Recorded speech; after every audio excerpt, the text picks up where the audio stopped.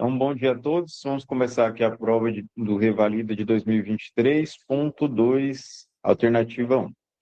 Então, aqui nós temos uma mulher de 60 anos que é hipertensa em uso irregular de medicamentos. Então, hipertensa que não está fazendo ali um tratamento correto, né? Ela é levada pelo filho ao pronto-socorro com história de ter começado a sentir há 8 horas uma cefaleia holocraniana intensa, apresentando náuseas e vômitos, e ela passou a ter confusão mental. Então, veja bem. Primeiro, o INEP dá uma paciente que é hipertensa e não está fazendo bem seu tratamento, como deveria. Depois, uma paciente que começou a sentir cefaleia holocraniana intensa, com sinais de alerta e confusão mental. Então, já acende. O que eu preciso ver aqui? A PA dessa paciente, como que está? Está 220 por 140. Isso aqui, por si só, já configura o quê? Emergência hipertensiva. Paciente que faz emergência hipertensiva, ele pode fazer o quê? Lesão de órgão-alvo. E a gente já vai conversar sobre isso. Então, em ambos os membros superiores, está sonolenta, mas é responsiva ao chamado verbal. E percebe-se também que está desorientada no tempo e espaço. Então, é uma paciente que tem confusão mental aí e tem hipertensão arterial. Além disso, suas pupilas estão isocóricas e fotorreativas. Perfeito. Isso é um bom sinal. E ela não apresenta déficit motor ou sensitivo. O que está te falando? Olha, essa paciente ainda não tem uma AVC, tá? Ela não tem uma AVC, mas ela tem o quê? Uma encefalopatia hipertensiva. Ah, mas Lucas, por que ela tem encefalopatia hipertensiva? A gente tem uma tríade da pressão intracraniana, que é confusão mental, o que mais? Hipertensão arterial e o que faltou aqui na questão? Papiledema. Então, uma coisa que a gente tem que solicitar nessa paciente aqui é a fundoscopia de olho. Então, diante da hipótese diagnóstica mais provável, a conduta médica adequada é. Então, beleza. Diante da emergência hipertensiva, eu sei que eu preciso baixar essa PA em 25% na primeira hora, correto? Então, e qual medicamento que eu vou utilizar? Via oral ou via endovenosa? Por qual via primeiro? Vou fazer via endovenosa, tá? Então, aqui, ó, punção licórica. Se atente a esses detalhes. Você nunca faz punção licórica em um paciente que está com a PA de 220 por 140. Por quê? Ele vai fazer herniação cerebral. Para mim fazer uma punção licórica, eu tenho que certificar primeiro que a PA desse paciente se encontra dentro dos rangos ali de normalidade, né? Seguro. Porque eu posso introduzir a agulha ali, fazer uma punção lombar e vai haver uma diferenciação osmótica devido que eu estou tirando o líquido cefalorraquídeo e o paciente faz herniação cerebral e vem a óbito. Então, isso aqui, cuidado. Tomografia de crânio e infundir nitroprusiato de sódio, sim. Eu não sei o que é, né? Então, diante da dúvida, o que eu posso fazer? Solicitar uma TC, vamos olhar como que está esse encéfalo, vamos analisar se tem sangramentos, né? Ou se há presença de área isquêmica. Então, nitroprusiato de sódio aqui, por quê? Porque ela tem também uma emergência hipertensiva. Ah, mas por que você vai fazer nitroprusiato de sódio? Faz uma setinha, Adri, do nitroprusiato até a PA do paciente, 220 por 140. E isso justifica a minha conduta. TC e furosemida não é adequada, viu? Por quê? Quando você. A furosemida ela é um diurético que atua na porção superior da asa de rim, ou seja, o paciente vai baixar a PA muito rápido. A gente não faz na emergência esses medicamentos, tá? Ressonância tem uma acurácia muito boa, mas ele é muito caro e pouco disponível. Então, não é o mais indicado. Então, aqui a letra B é a nossa resposta. Nós estamos diante de uma encefalopatia hipertensiva com emergência hipertensiva. Então, vocês lembram que a gente conversou? Na emergência hipertensiva, paciente pode fazer lesão de órgão-alvo. Quais são os órgãos-alvo? Cérebro, coração, rim. Então, perfeito. Ficaram com dúvidas aqui? Não. Antes do doutor Diego pegar aqui, só para poder. Marion quer perguntar. Pode perguntar, doutora. Bom dia, doutores. Estão me ouvindo bem? Bom dia. Estamos te ouvindo. Na verdade, não é bem uma dúvida da questão, mas é sobre. Eu não sei se eu me perdi aqui. Essa pressão de 220 por 140, né? Eu tenho que baixar ela porque ela está acima de 185, né? A sistólica. Certo. E aí, Sim, o que que acontece? Por si porque só, pode falar. a gente pode monitorar a paciente dentro de 24 horas e normalizar dentro de 24 horas, certo? É isso que eu sempre me... Vamos lá. Hã? Vamos lá, eu entendi a sua dúvida. Você está confundindo com urgência hipertensiva. Na urgência hipertensiva, a gente baixa a PA dentro ali de 24 horas. Mas por quê? Dri, abre o rascunho para a gente rapidão. Ó, escreve para a gente de um lado urgência, do outro lado emergência. O que que é mais grave? Urgência ou emergência, pessoal?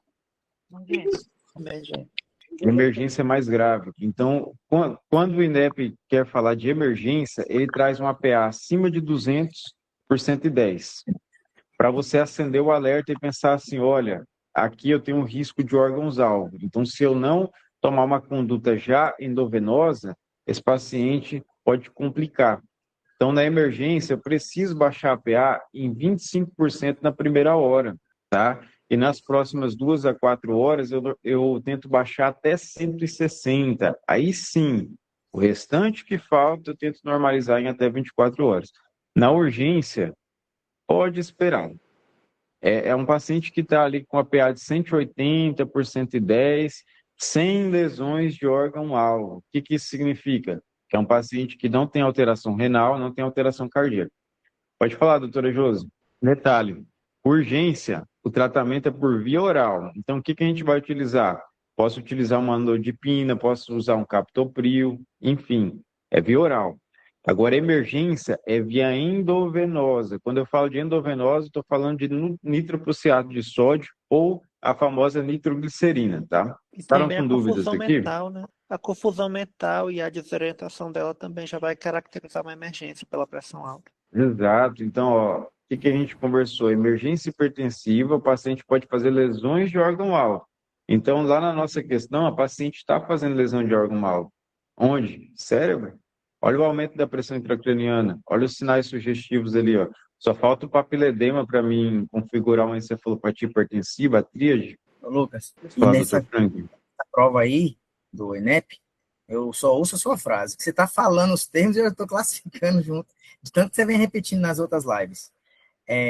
Sobre isso aí, ele nunca vai ver uma pressão assim, limite, para dar dúvida entre emergência e urgência hipertensiva. Ele sempre vai botar logo lá em cima sua frase. Bate na cabeça o tempo todo.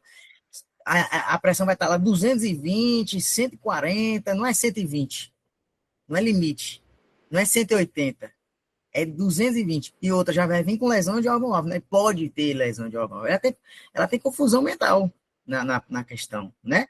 Ela já tem confusão mental. Ela não tem papiledema. Na questão de ontem, da live de ontem, se você lembrar, que eu acredito que você lembra, você mostrou que tinha papiledema na questão. Não é verdade? A gente fez uma questão de hipertensão maligna, né? Ou eu acho que encefalopatia hipertensiva a gente fez. Tinha a tríade de Cushing completa. Então é isso, o INEP ele vem se repetindo com esse padrão. Então a gente tem que saber identificar e fazer diagnóstico diferencial. Então vamos lá, alternativa 2. Ô, Lucas, só uma pergunta. Nesse caso aí, poderia ser usado hidralazina também?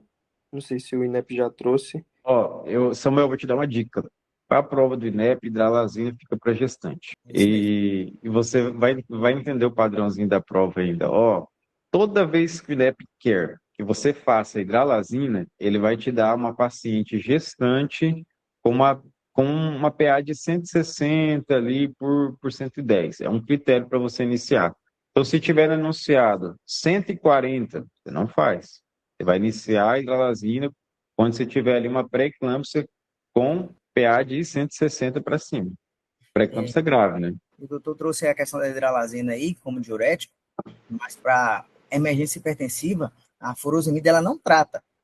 Ela é coadjuvante no tratamento, mas não é o tratamento de escolha. A gente não pode estar usando furosemida.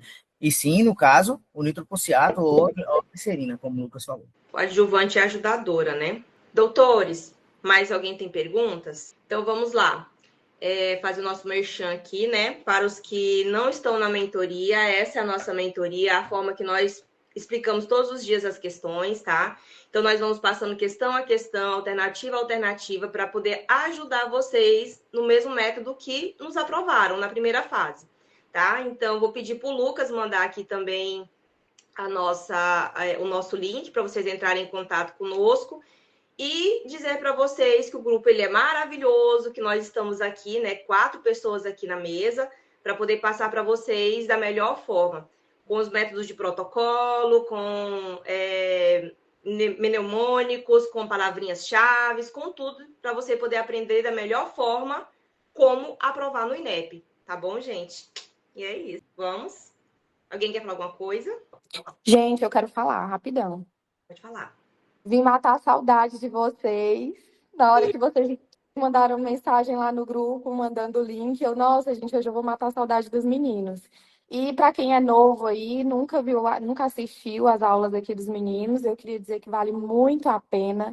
Eu passei, eu tenho certeza que assim, vocês fizeram muita parte disso. Minha primeira prova, eu nunca imaginei que passaria de primeira. E assim, gratidão a vocês. Muita coisa, vocês abriram minha mente.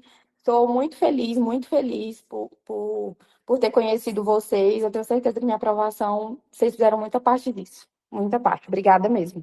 Obrigada, Gabi. Meus Parabéns. parabéns, doutora Gabriela. Quando você abriu o micro, eu já identifiquei a voz. Eu falei, peraí, essa voz eu conheci. É conhecida, gente, porque a Gabi, ela participa muito, viu? Participa bastante. Por isso que eu falo para vocês, participem, perguntem, falem, né? Então, assim, tirem suas dúvidas, porque aqui é o momento. Errar aqui, falar uma coisa errada aqui não é feio. É constrangedor você errar na hora, isso, né? gente, não tenham vergonha de perguntar, não tenham vergonha de tentar extrair o máximo possível que vocês conseguirem dos meninos. Eles são muito bons, essas provas aí, alguém para falar de INEP, eles podem falar com propriedade. Então, não tenham vergonha. O que é bobo, o que pode parecer bobo para vocês, pode ser a mesma dúvida do colega.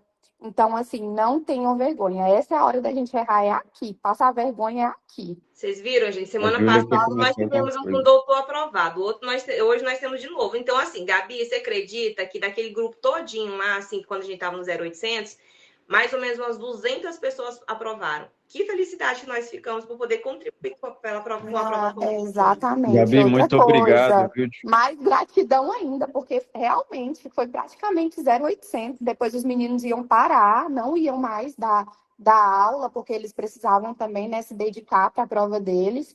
E aí a gente foi lá no privado, a gente fez um auê, pelo amor de Deus, gente, faz mais e tal. E aí eles cobraram um valor super simbólico e ficaram com a gente praticamente até o final. Então, assim, vocês merecem muito, tudo de melhor. E é isso, tô com vocês, ó, e não estão me pagando para eu falar isso. Não, Eu vou fazer merchan, eu indico, então, assim, contem comigo. Obrigada, Gabi. Ô, Gabi, depois eu vou te chamar, viu? Pode deixar. Fofocar. Tá bom. Júlia, pode comentar. Dúvida, pergunta, pode falar. Oi, pessoal, bom dia, tudo bem? Quero aproveitar também essa oportunidade para dizer que vocês 4 e todo o pessoal aí, né, que agrega informações, abriram para mim um novo horizonte. Eu já comentei com o Lucas isso, que o Alvo Revalida tem sido, assim, fundamental na minha vida, porque eu tinha desistido já achava que eu já não ia mais conseguir passar, que eu não ia conseguir estudar, já tinha tentado outros métodos. Eu sou uma mãe atípica, tenho uma filhinha de 3 anos e meio, tinha perdido, assim, a fé em mim já, sabe? Não me achava médica mais, achava que eu não tinha capacidade mais de fazer nada, que eu não tinha memória para estudar, que eu não conseguia, que eu nunca ia passar no Revalida. Eu acho que todo mundo passa por essa pressão, né, das pessoas ficarem perguntando, mas daí você tem que fazer aquela prova, mas daí você não passou, mas então você não é médica. Mas então já faz 2 anos e 3 meses que eu me formei. O Alvo Revalida, assim, tá mudando a minha vida, não só na questão de Revalida, sabe, mas de voltar a acreditar em mim, as coisas que vocês falam, saber que as pessoas passam pela mesma coisa que você. Eu tenho, assim, uma gratidão imensa por esse curso, por vocês, pela vida de vocês. Vocês fazem parte das minhas orações diárias. Eu quero agradecer muito mesmo. Júlia, Muito eu só obrigado, falar uma Júlia. coisa. Muito obrigada por suas palavras. Deixa eu te falar. Você e todos aqui somos médicos, independente de ter um CRM brasileiro ou não, tá? Eu quero só deixar isso muito claro. Então, assim, todas essas pessoas que estão ali, que estão te olhando e que estão te estacando pedra, não olhem para eles. Eles não sabem, eles não conhecem as suas lutas, eles não sabem o que você passou, eles não sabem o que você passa. E isso eu sempre falo. Se apegue com Deus, sabe? Com Deus, com os cadernos do INEP. E assim, vamos com uma aprovação, porque uma coisa é, se você não acreditar em você, quem que vai acreditar em você? Né? Então, assim, a gente não pode deixar que as palavras, elas influenciem na nossa vida e no nosso dia a dia, tá bom? Então, nós estamos aqui, se você precisar conversar, qualquer coisa, eu estou à disposição, viu? Pode me chamar, de vez em quando as pessoas me chamam para conversar. E assim, nós estamos aqui para poder ajudar vocês, tá? Ajudar vocês na questão do INEP, na questão emocional também. Eu sei que é difícil, inclusive você falou, né, que é mãe atípica, mas nós estamos aqui, tá? Nós estamos com vocês, tá bom? Obrigada. Gratidão. Alguém levantou a mão também. Quem mais levantou a mão? Foi eu, Adriana. Olha, Josi. pode fazer fila, viu? Vai Pode ser falar, um por um doutora. aqui, que aqui todo mundo quer falar de vocês. Tá. Vamos abrir uma live só para conversar, né, Adri? Vamos abrir. Cadê a doutora Josi? Fala, doutora. Oi, doutora Adriana. Bom dia, doutora Luta. Bom dia a todos vocês. Bom dia, doutora Josi. Só completar um pouquinho aí do que os colegas disseram, né, sobre esse grupo, que é, assim, maravilhoso e eu faço da palavra da colega as minhas também. Eu já estava pensando assim, meu Deus do céu, eu não me sinto médica, não me sinto preparada, mas quando eu entrei no grupo, e assim foi pouquíssimo tempo, eu consegui ter um norte assim tão grande, né? Consegui ter um desenvolvimento, um raciocínio clínico mais amplo, mais eficaz, e vocês, assim, eu posso dizer que tem 99% assim do método mesmo para a gente poder conseguir assimilar tudo, né? Então, assim, foi muito importante, né? É muito importante esse grupo e eu não me canso de compartilhar, não me canso de falar com os outros colegas que eu conheço que, assim como eu, também estiveram nessa mesma situação. E vocês, assim, são fera. É isso que eu tenho para dizer, né? E agradecer muito mesmo, de coração. Obrigada, doutora. Obrigada demais. Obrigado, doutora Josi e todos os demais, pessoal, de coração. A gente fica imensamente feliz em cada palavra, cada detalhe. E é isso que faz a diferença e nos motiva a seguir aqui com esse projeto. Exato. Obrigado mesmo. Falar alguma coisa? Então, pessoal, obrigado pelos agradecimentos. Vamos avançar, porque tem uma galera nova que está esperando a gente passar conhecimento. Bora. Questão 2. Bora. Obrigado a todo mundo aí. Tamo Daqui a junto. pouco Bora, Nós. Diego tá doidinho querendo fazer a questão dele. Doidinho Deixa o menino fazer a questão responder dele. a questão, Vamos lá. gente. Aqui, daqui a pouco eu vou só fazer a questão de mim, quer ver? Não vi hoje. Bora, Diego. Vamos lá. Um paciente de 48 anos é internado devido a uma fratura de fêmur fechado. Eu amo essa cirurgia, uma delícia. A qual ocorreu há 12 horas. Durante a internação, o paciente mantém-se estável. Não há intercorrências. Ele não apresenta comorbilidades e não faz uso de medicações. Ao avaliar o caso, a equipe de ortopedia indica a fixação definitiva da fratura, visando a segurança do paciente, de acordo com as práticas recomendadas para a realização da cirurgia segura. Opa, já está indicando o que é da gente. Vamos lá. É importante verificar na listagem de itens durante a etapa de identificação antes da indução da anestésia para o procedimento. Então, está perguntando, antes da anestésia, o que se faz? Com base nessas informações, o que deve ser realizado pela equipe médica durante a etapa de identificação do paciente visando sua segurança. Então, colocou novamente aqui, identificação do paciente. Bom, a gente, segundo a OMS, nós temos um protocolo de cirurgia segura, que eu mandei para a Adriana como questão 1 no privado dela. Coloca para a gente aí, princesa. Onde você tem 3 etapas de uma cirurgia segura, que eu vou resumir para vocês agora. Uma é antes do início da anestésia, chamado Sing-In. A outra é Time-Out, que é antes da incisão da pele. E a última é Sing-Out, que é antes da saída do paciente da sala de cirurgia. Eu mandei para vocês um checklist que utiliza essas informações. Então, vamos lá. Aí ele está perguntando ali o quê? Antes da indução anestésica. Aqui tem a identificação do paciente. Perguntar se o paciente confirmou, verificar a identidade, verificar onde vai ser a cirurgia, verificar o procedimento e verificar se tem consentimento. Tá vendo? Essa é a parte da identificação ali, ó, a primeira etapa. Depois tem confirmação e registro. Vamos lá. O que eu quero explicar para vocês, vou explicar aqui rapidinho, resumido para vocês pegarem mais mastigadinho, em vez de decorar todo esse quadro gigantesco aí.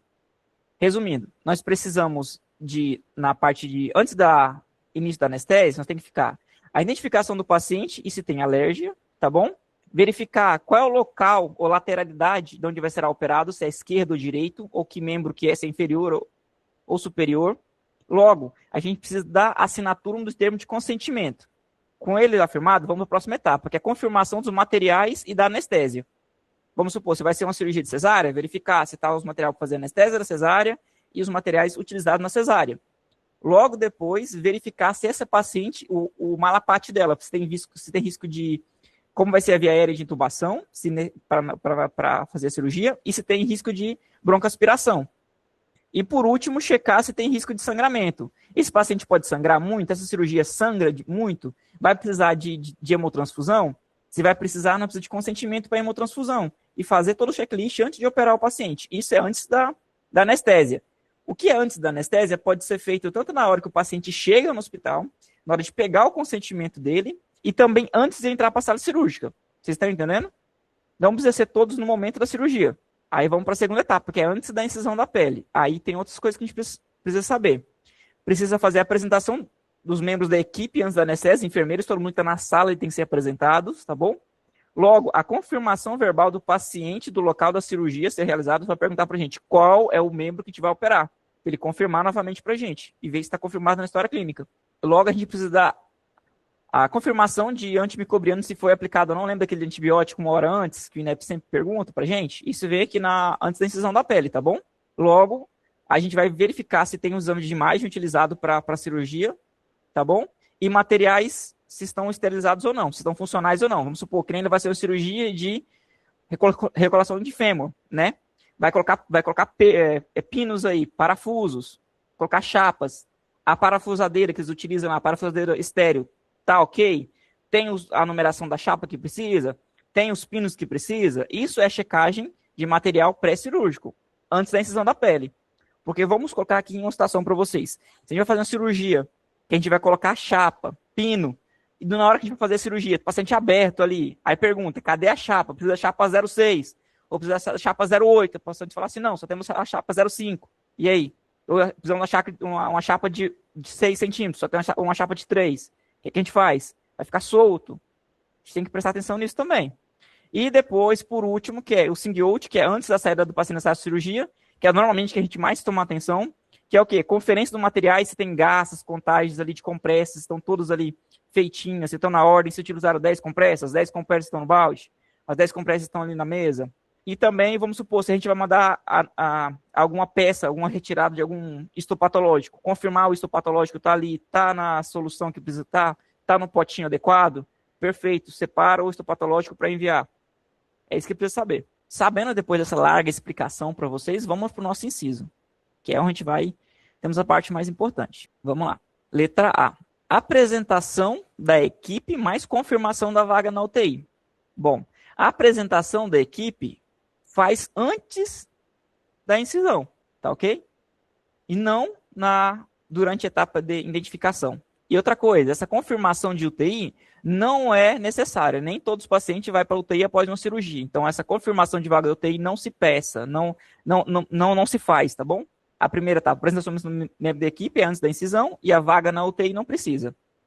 Confirmação da explicação do procedimento aos familiares mais equipe de acolhimento. Esses familiares aqui, ó, sim estaria, mas a equipe de acolhimento não é necessário. Então tá errado também. E essa explicação do consentimento aos familiares é antes de pedir o consentimento, tá bom? O termo de consentimento da cirurgia normalmente é explicado tanto para o paciente quanto para os familiares. Não é necessário 100%. Só para colocar isso aí.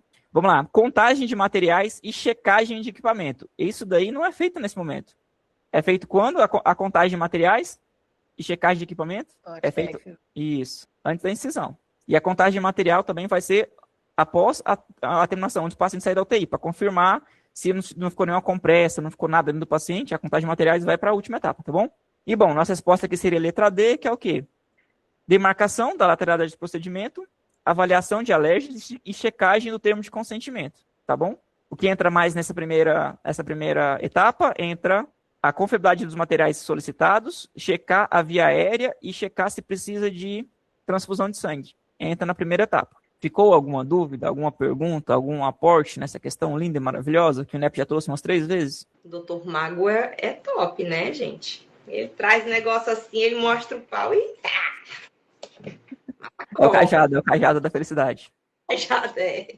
Gente, Dúvidas, alguma doutor? pergunta, dúvida, aportes? Ficou muito claro. Pergunta decoreba aí, vamos lá. Eu de novo, deixa eu sumir. Doutor Diego, mestre dos magos, apareça. Aparecer novamente, vamos lá. A questão 3, o Lucas está se matando de rir com a gente. Depois aparece a doutora Diego na próxima questão do Lucas, quer apostar quanto? Duvido, não. Aparecer, viu? Faz parte do teatro, vai lá. Tá bom, vai lá. Um menino de 9 anos, com peso de 29 quilos e altura de 1,36 metros. Opa, o que está acontecendo aqui? O INEP quase nunca traz altura de criança. Por que ele trouxe dessa vez? Uma pergunta diferenciada essa daí. Recém-adotado. Comparece à primeira consulta de rotina com a família atual.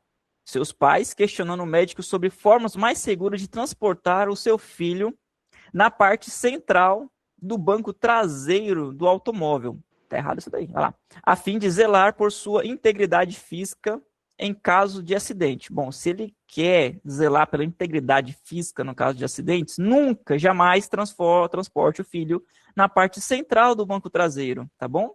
Era as laterais. Só para começar, tá errado nisso aí. Vamos lá. A fim de realizar as suas integridade física em caso de acidente.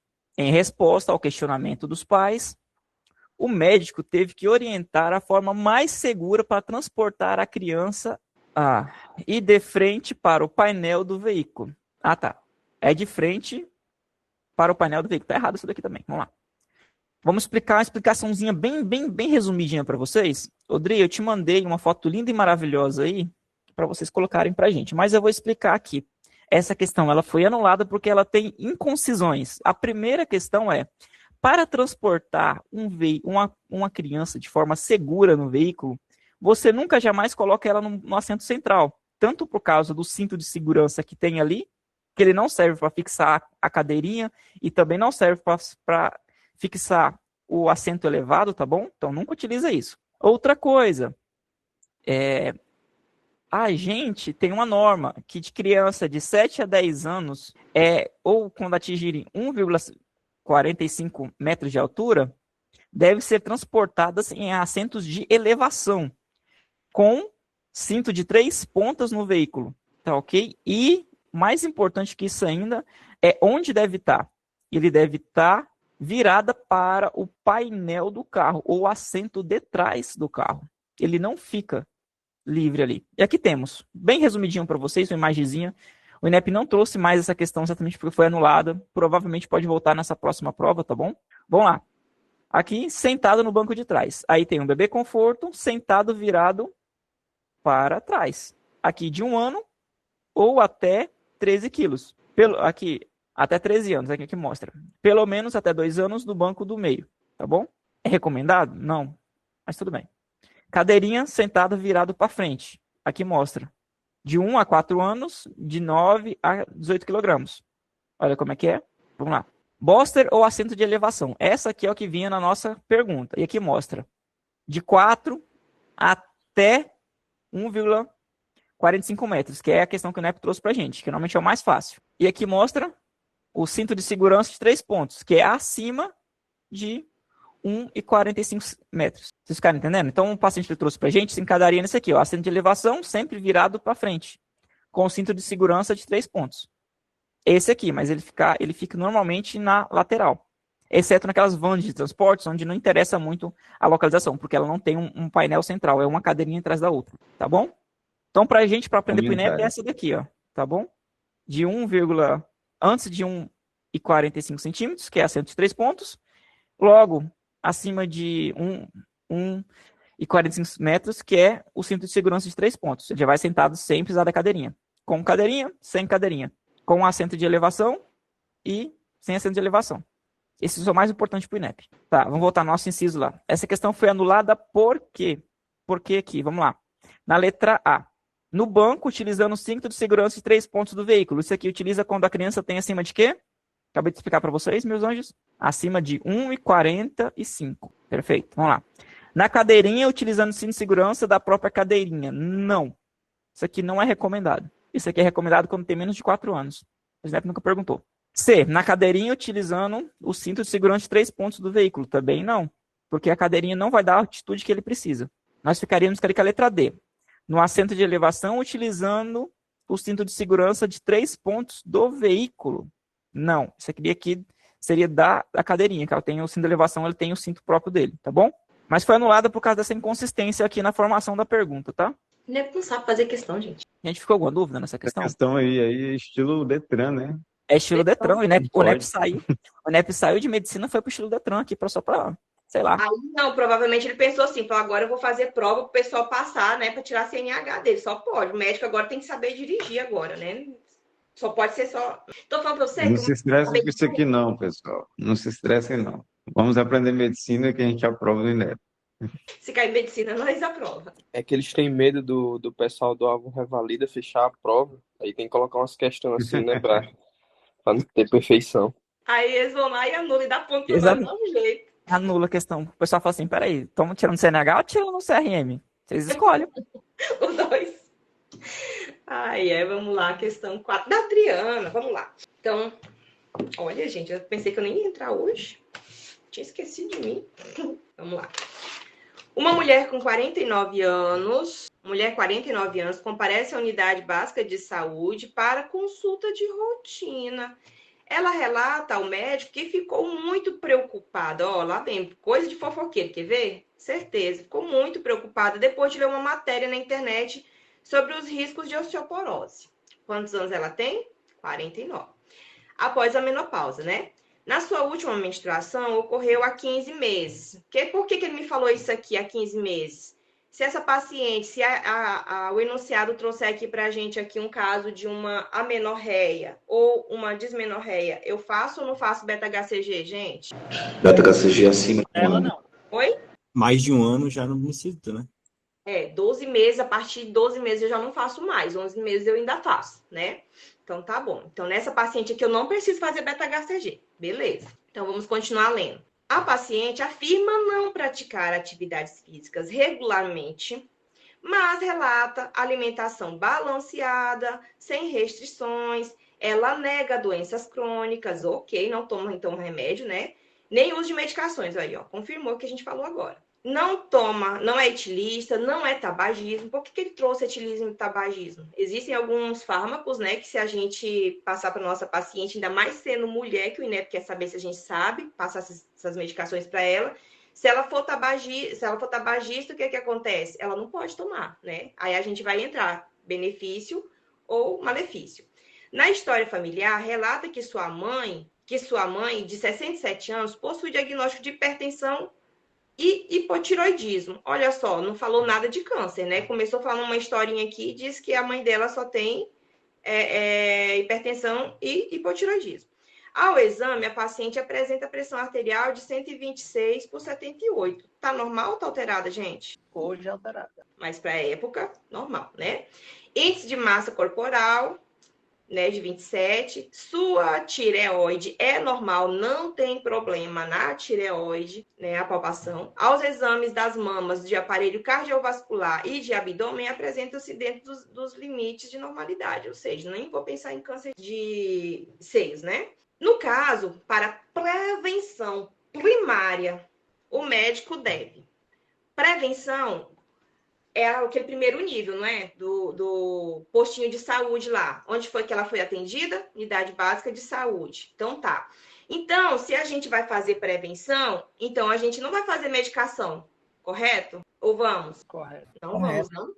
Então, tá. Então, prevenção primária para osteoporose, o que eu vou fazer com essa paciente? Carbonato, eu vou fazer o carbonato? Não. Carbonato é tratamento, né? Fármaco. Então, ó, onde é que mais tem carbonato aqui? Adeus. Adeus, letra A e a letra C, tá? Então, vamos lá. Letra B. Manter uma dieta rica em cálcio e vitamina D, com exposição solar adequada, exercícios físicos regulares, porque ela não faz regularmente, né? Para fortalecimento muscular e ósseo. Ó, legal, bom, é muito bom, o SUS gosta, barato, né? Barato, então legal. Bora ver a letra D. Realizar dosagem sérica de hormônio. Gente, realizar dosagem sérica do hormônio. Isso aqui é prevenção? É ou não é? Vamos continuar lendo, que eu vou mostrar um negócio para vocês. Do folículo estimulante e do estradiol. E caso seja confirmada a menopausa... Eu preciso confirmar a menopausa para a mulher com 15 meses sem menstruar? Não preciso, né? Então, essa questão aqui, só por conta disso que, ó, tchau. Pronto. Entenderam? Dúvidas? Explicando, para responder, gastou 12 segundos. É isso. Exato. Só destrinchando ali, né, alguns pontos-chave, você consegue chegar bem na resposta. Mas quanto que você vai fazer carbonato de cálcio e vitamina D juntos para a prova do INEP? Quando o INEP trouxer para você um score de uma paciente que corresponde à osteoporose. Qual que é o número mágico que eu ensinei para vocês? Vocês lembram? Score menor a 2,5. Beleza? Então, menos 2,5, isso aqui é o score clássico da osteoporose, tá? Beleza, o INEP trouxe isso? Não trouxe. Exato, quando o INEP te dá uma densitometria óssea ali, ó, um T menor a 2,5, aí você faz carbonato, caso contrário, não. Quanto que você vai fazer, digamos... Peraí, baixa um pouquinho, André. Quanto que você vai fazer, digamos, vitamina D, né, para osteopenia? O INEP tem que te trazer densitometria de igual maneira. Então, a densitometria da osteopenia, ela varia ali entre 1,5 a 2. Esse seria o rango mais ou menos. Beleza? Ó, Então, como a gente está falando em prevenção primária, é o quê? Primária é a abordagem mais básica, começando pelo sol, tá? Beleza, quando eu falo de secundária, eu estou falando de diagnóstico e tratamento. Diagnostiquei e tratei. É uma abordagem um pouco mais avançada. A terciária é reabilitação, né? Enfim. quando o INEP quiser que você trate o paciente, ele já vai trazer densiometria. Trouxe densiometria? Não trouxe. Ele só contou da vida dela. Contando da vida dela, tu vê bem que ele fala aqui, ó, prevenção primária. Se é prevenção primária, eu não uso fármaco, tá? Então, assim, o que a gente tem que ter em mente em questão à osteoporose? Mulheres é mais recorrentes, então a gente vai começar o rastreamento com que idade?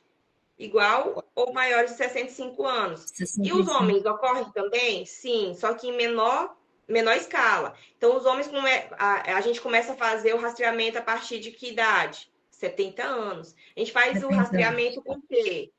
Com densiometria, tá bom? Então, lembrar disso. O INEP gosta muito de trazer a questão de osteoporose em mulher, tá bom? Alguém tem alguma pergunta? Quer falar alguma coisa? Doutora Érica estava com o micro ligado. Eu não percebi, Dri, desculpa, eu tava só falando aqui sozinha, que é do rastreio da idade com mulher 65 e homem 70. Isso, exatamente. Tá? Então, basicamente, é isso que o INEP quer que a gente saiba, tá bom? Densiometria, quando fala densiometria, a gente está falando de osso, tá bom? Rastreamento, tá bom? Perguntas? Viajando uma pergunta aí. A gente sabe que o déficit de estrogênio pode causar osteoporose, né? Então, por isso que estrogenoterapia é uma maneira para tratar, para prevenir. Mas por que eu não vou fazer estrogenoterapia aqui nessa paciente? Por causa da prevenção primária. Se eu estou falando de prevenção primária, é a abordagem mais básica. Começa ali com dieta, exercício físico. Então, ali eu já posso até excluir a D devido a isso também, tá bom? Estrogênio é o quê? Por isso que na ele botou o raloxifeno. Exato, exatamente. Ainda colocou aqui, ó, na letra C aqui, ainda colocou aqui o cálcio e o raloxifeno, né? Então, aqui eu tenho duas medicações ainda, né? Certo, gente? Dúvidas, perguntas. 5. Doutor Diego... Por isso que ele fala, quando eu coloco agora sai tudo. Você gosta de me ver, né? Eu sei. Vamos lá. Questão número 5. Questão bonita que nós temos que elucidar 3 coisas importantes dessa questão. Franklin, você queria agregar alguma coisa que o Lucas te interrompeu da pergunta passada? Pode falar, meu Não amigo. era da pergunta, mas é justamente isso que eu falo da questão do alvo, porque eu ia falar justamente o que o Lucas falou, velho. É impressionante como vocês ficam martelando na cabeça da gente todos os pontos da pergunta. E Da é isso questão do mesmo. estrogênio, da prevenção da osteoporose, o estrogênio não precisava dosar nada porque era prevenção primária. Vocês ficam martelando no cérebro da gente o tempo todo essas coisas. Então a gente vai falar, o Aí, Lucas já Diego, tá falando. Lucas tá vendo? interrompeu, já falando as Interrompi frases que eu ele falo. porque eu sabia que ele ia perguntar, tá bom? Seu implicante.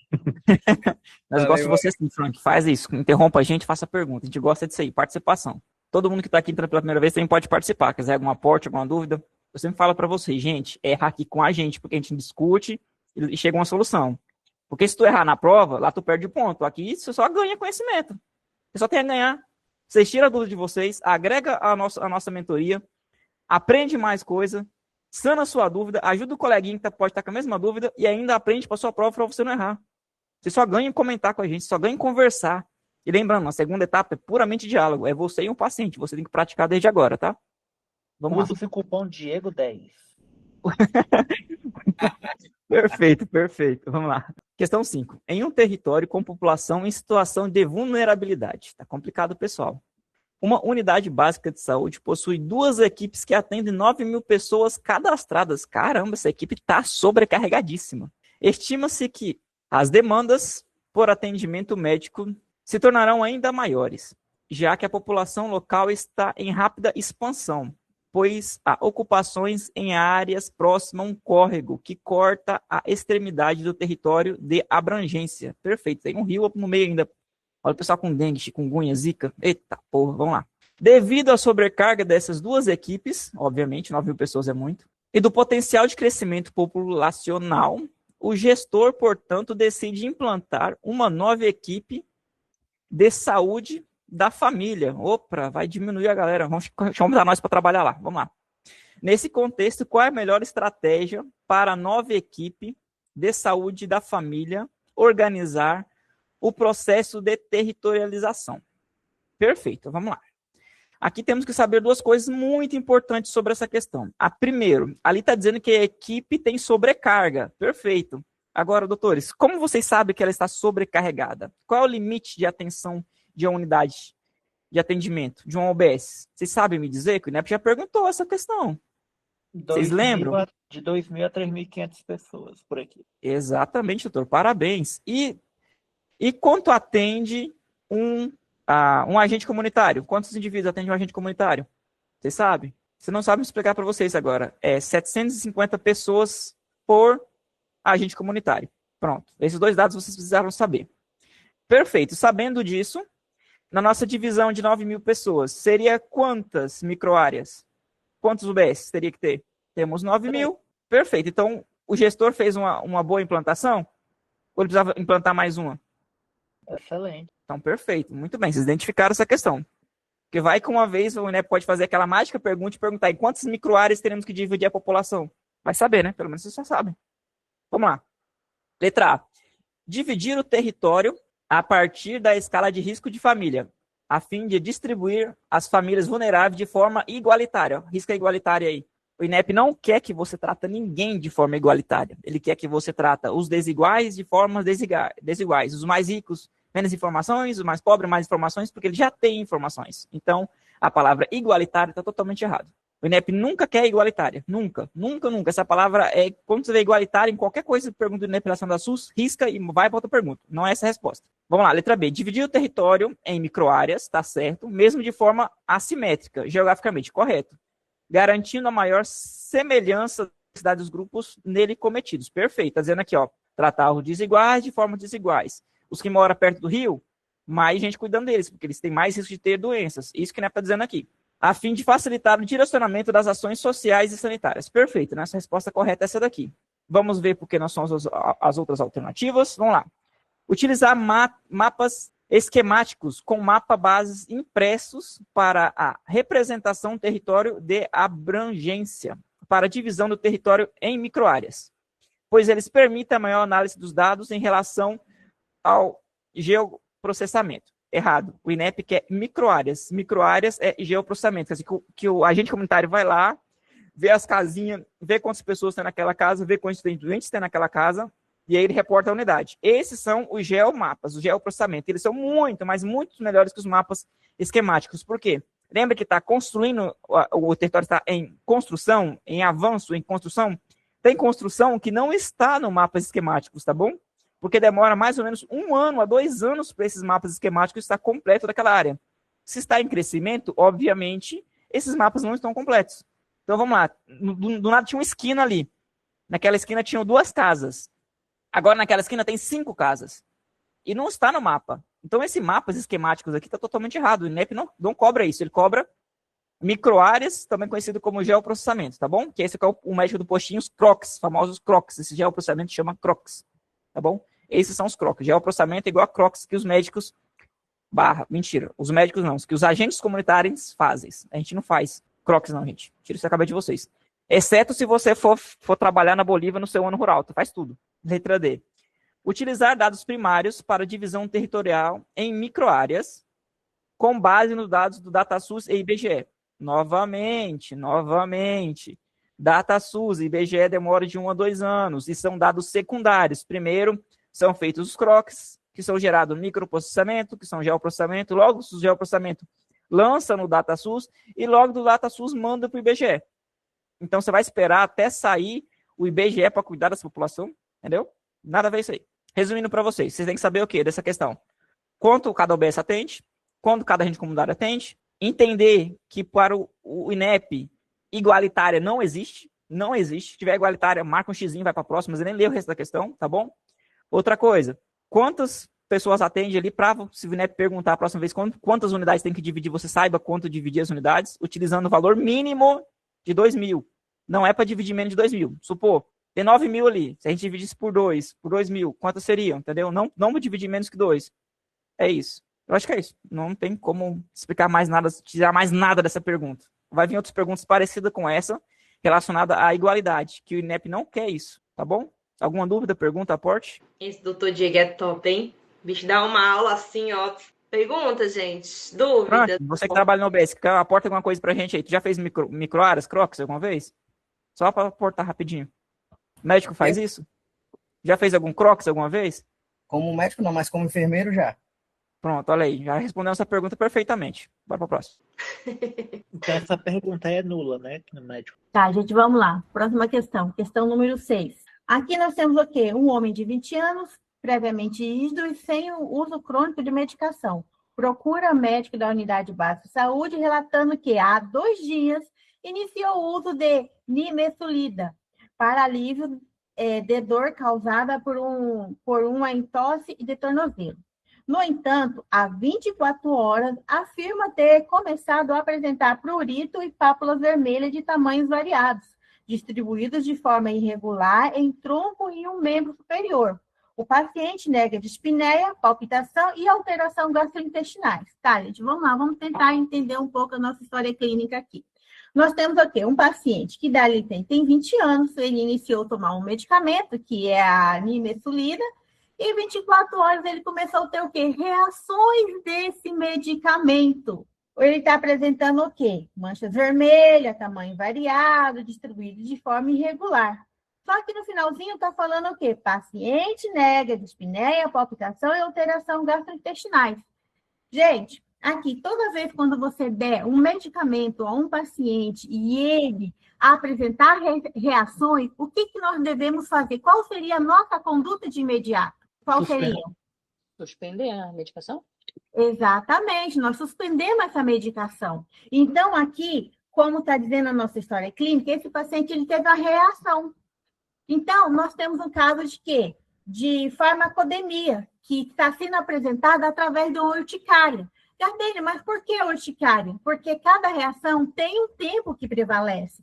Por exemplo, a urticária ela vai surgir entre minutos a horas. Agora, se surgir de 1 a 14 dias, ela irá se apresentar através de exantema. Agora, se essa reação se apresentar depois de 2 semanas até 8 semanas, aí já é caso grave. Nós teremos um DRESS. O que seria esse DRESS? É uma reação medicamentosa que pode levar o paciente à morte. É uma reação muito grave que precisa ser tratada de imediato. Então, aqui, o nosso caso, até o momento, não apresenta nenhum tipo de gravidade. Nós temos aqui uma reação de um medicamento que vamos classificar em quê? Uma farmacodemia que está sendo apresentada através de quê? De uma urticária. certo? Então, até o momento, não apresenta gravidade. Aqui no final da história clínica está falando, o paciente nega dispneia, palpitação, alterações gastrointestinais. Ou seja, está falando, ei, não tem sinais de gravidade, está tudo bem, é só uma reação simples. Ok, vamos lá. Então, vamos para as nossas questões aqui. Vamos de baixo para cima. A letra D fala o quê? Vamos lá. Administrar corticoide tópico e oral e, caso persistam os sintomas por mais de 24 horas, iniciar corticoide endovenoso. Se nós temos uma urticária, a nossa melhor conduta em relação a prescrever seria um corticoide? Seria a nossa solução? E aí? Não é indicado, né? Então, tá. Então, a letra D já eliminamos devido a essa questão, porque o tratamento da urticária não é feito com corticoide. A letra C fala o quê? Encaminhar o paciente para observação em pronto-socorro devido ao risco de insuficiência respiratória aguda. Esse paciente está apresentando alguns sintomas de gravidade, algum sinal de gravidade? Não, está tudo bem, certo? Porque aqui no final da história clínica, ele já fala, paciente nega, dispneia, palpitação, alterações gastrointestinais, que poderia apresentar como sinais de gravidade, porém não está se apresentando, então está tudo bem. Então, de acordo com isso, a letra C também já podemos eliminar. Agora, a letra B fala o quê? Fazer uma dose de apinefrina subcutânea e iniciar antihistamínico oral? E aí? Podemos fazer essa conduta? O que vocês me falam? E anafilaxia, sim, agora não. Exato. Mas agora o caso não é o caso, né, indicado. Exato. Nós só vamos fazer essa conduta caso apresentar gravidade. Então, não há. Então, eliminando a letra B. Então, de acordo, né, com as nossas eliminações, a nossa resposta é o quê? A letra A, que fala o quê? Iniciar medicamento antihistamínico e hidratação da pele. O histamínico seria o quê? O tratamento para combater a nossa urticária e a hidratação da pele seria para reduzir o prurito e a irritação que essa urticária está causando. Então, né, nessa nossa história clínica, a nossa resposta é qual, gente? Letra A letra A. Alguém quer comentar alguma coisa? Doutor Samuel falou exatamente. Aqui, ó, a epinefrina está aqui, subcutânea. A gente não faz subcutâneo, né? Também, exato. Quero Dúvidas? comentar só na próxima agora. Não, a doutora Júlia, doutor Diego tá aí, doutora Júlia, ela tem uma pergunta aqui, ó, ela disse que ela ficou na dúvida com relação à divisão da uva. Claro, eu apareço aqui novamente. Quando vocês me chamam, eu apareço. Da divisão, perfeito. Em qual parte da pergunta divisão, meu anjo? Você tem que saber que cada UBS abrange de 2.000 a 3.500. Se a gente tem 9.000 pessoas, a gente vai dividir no máximo sempre, tá bom? Sempre se você vai no mínimo ao máximo. Se você dividir 9.000 por 3.500, dá para dividir para 3? Atinge? Sim. E agora, se fosse 15.000, daria para dividir para 3 áreas? Não. Se não tiver como dividir para 3, porque daria mais que 3.500 pessoas, o gestor aqui da unidade teria que implantar não uma, mas 2 UBS novas. Essa seria o que eu queria explicar para vocês, de como você faz o cálculo da divisão. Se o INEP um dia perguntar relacionado a isso, que ele pode perguntar sim, porque é responsabilidade nossa saber disso. Porque muitos da gente aqui, quando assumimos um UBS, não vamos ser só o médico da UBS. Em pouco tempo, nos vamos a tornar gestor da unidade, tá bom? Eu acho que ela fez a pergunta porque 9.000 dividido, no caso, para 3, né? Para 3.500, aqui a gente precisaria de 3 UBS. Não foi isso, doutora? Isso. Tá vendo? 9.000 dá para dividir para 3, porque dá 3.000 para cada UBS, tá bom? 3.000 pessoas. Não passa do limite que é 3.500. Agora, se fosse 15.000 e você dividir para 3, não vai dar. Vai precisar de mais uma. Porque vai passar o limite de 3.500 pessoas para cada UBS. A minha dúvida, Diego, tipo, essa divisão, beleza, aqui tá falando de 3 equipes. Quando que deixa de aumentar as equipes e aumenta a quantidade de UBS? Exatamente quando essa aqui, quando sobrepassa a UBS de 3.500 pessoas, quando até a UBS dividida em microáreas passa de 3.500 pessoas, aí você aumenta a UBS. Normalmente funciona assim. Cada UBS dividido após o censo tem que atingir no máximo 3.500 pessoas. Normalmente o que é feito é, entre 2 e 2.500 já nasce uma UBS naquela região, tá bom? Para atender aquela população. Eu respondi a sua pergunta de maneira correta. O INEP normalmente ele vai perguntar o que para você? Ele vai trazer a pergunta que ele fez aqui, falando que o gestor já dividiu uma gestão e pedindo o que cada nossa conduta para cuidar daquela gestão, ou ele vai trazer simplesmente se precisa ou não de uma nova OBS. E o cálculo é simples, esse cálculo aqui, ó. Normalmente o INEP a cada 2.000, 2.500 ele abre uma nova OBS, tá bom? Ou um UPA, que também conta como OBS, tá bom? Nessa questão aí, no caso, é uma unidade básica só que Não. em 3... Olha aqui, ele já tem. Ó, deixa eu ver se eu entendi a sua dúvida, doutora. A unidade básica de saúde possui 2 equipes. Isso. E vai ter que aumentar daí. Exato. Só que aqui ele já dividiu pra gente uma nova equipe.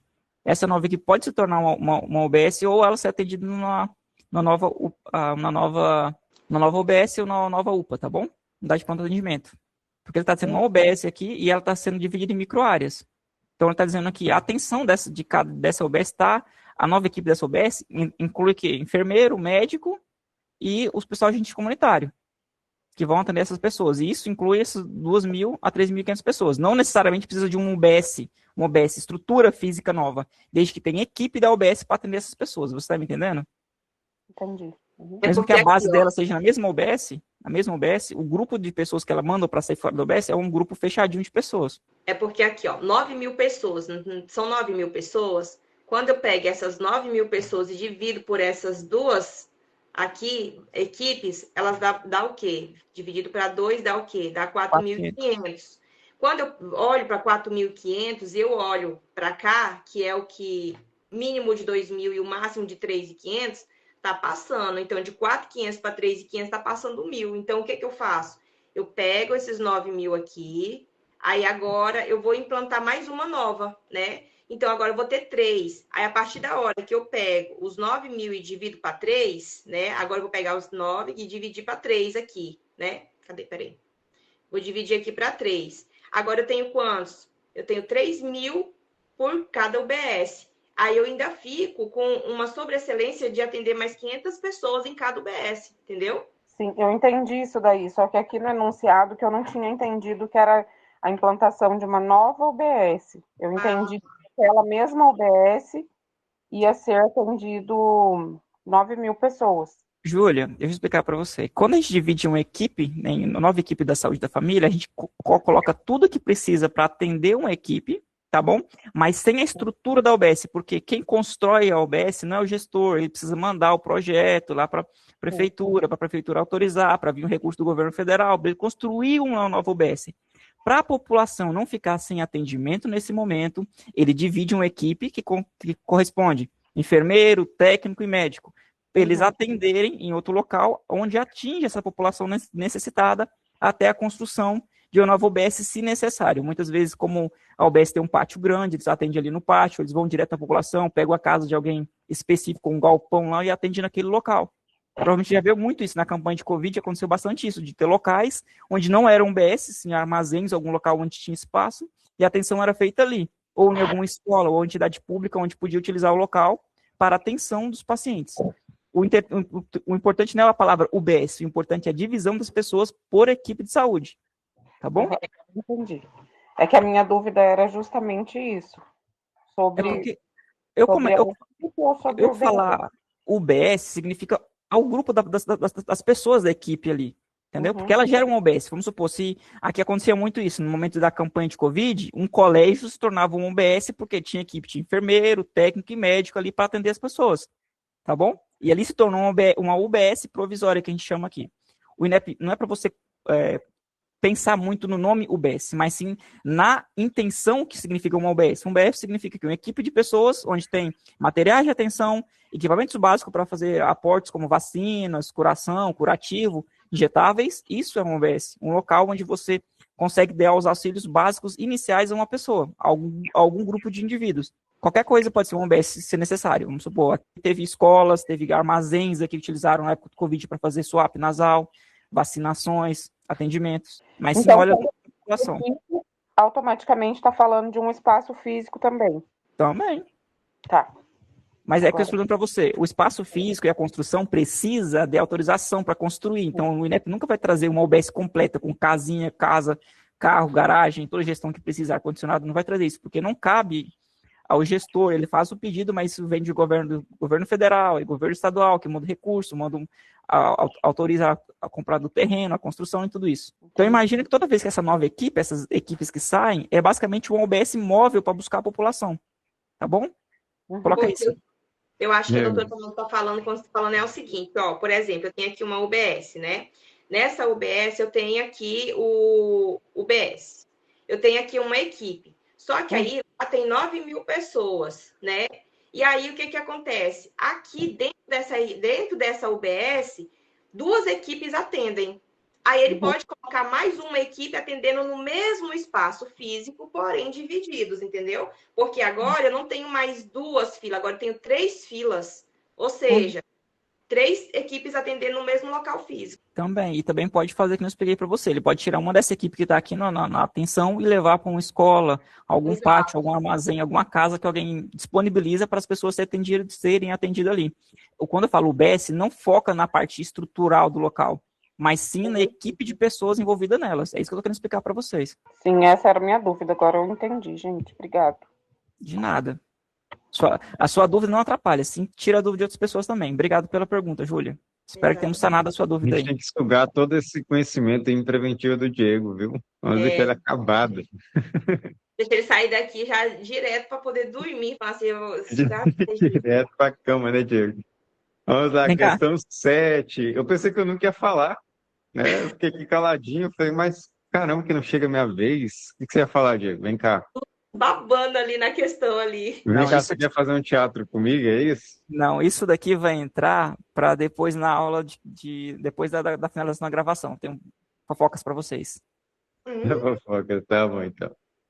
Beleza, a gente tem aqui um plantonista do Serviço de Atendimento Pré-Hospitalar que socorre um rapaz de 18 anos, que ele foi atropelado por um carro ao atravessar uma rodovia.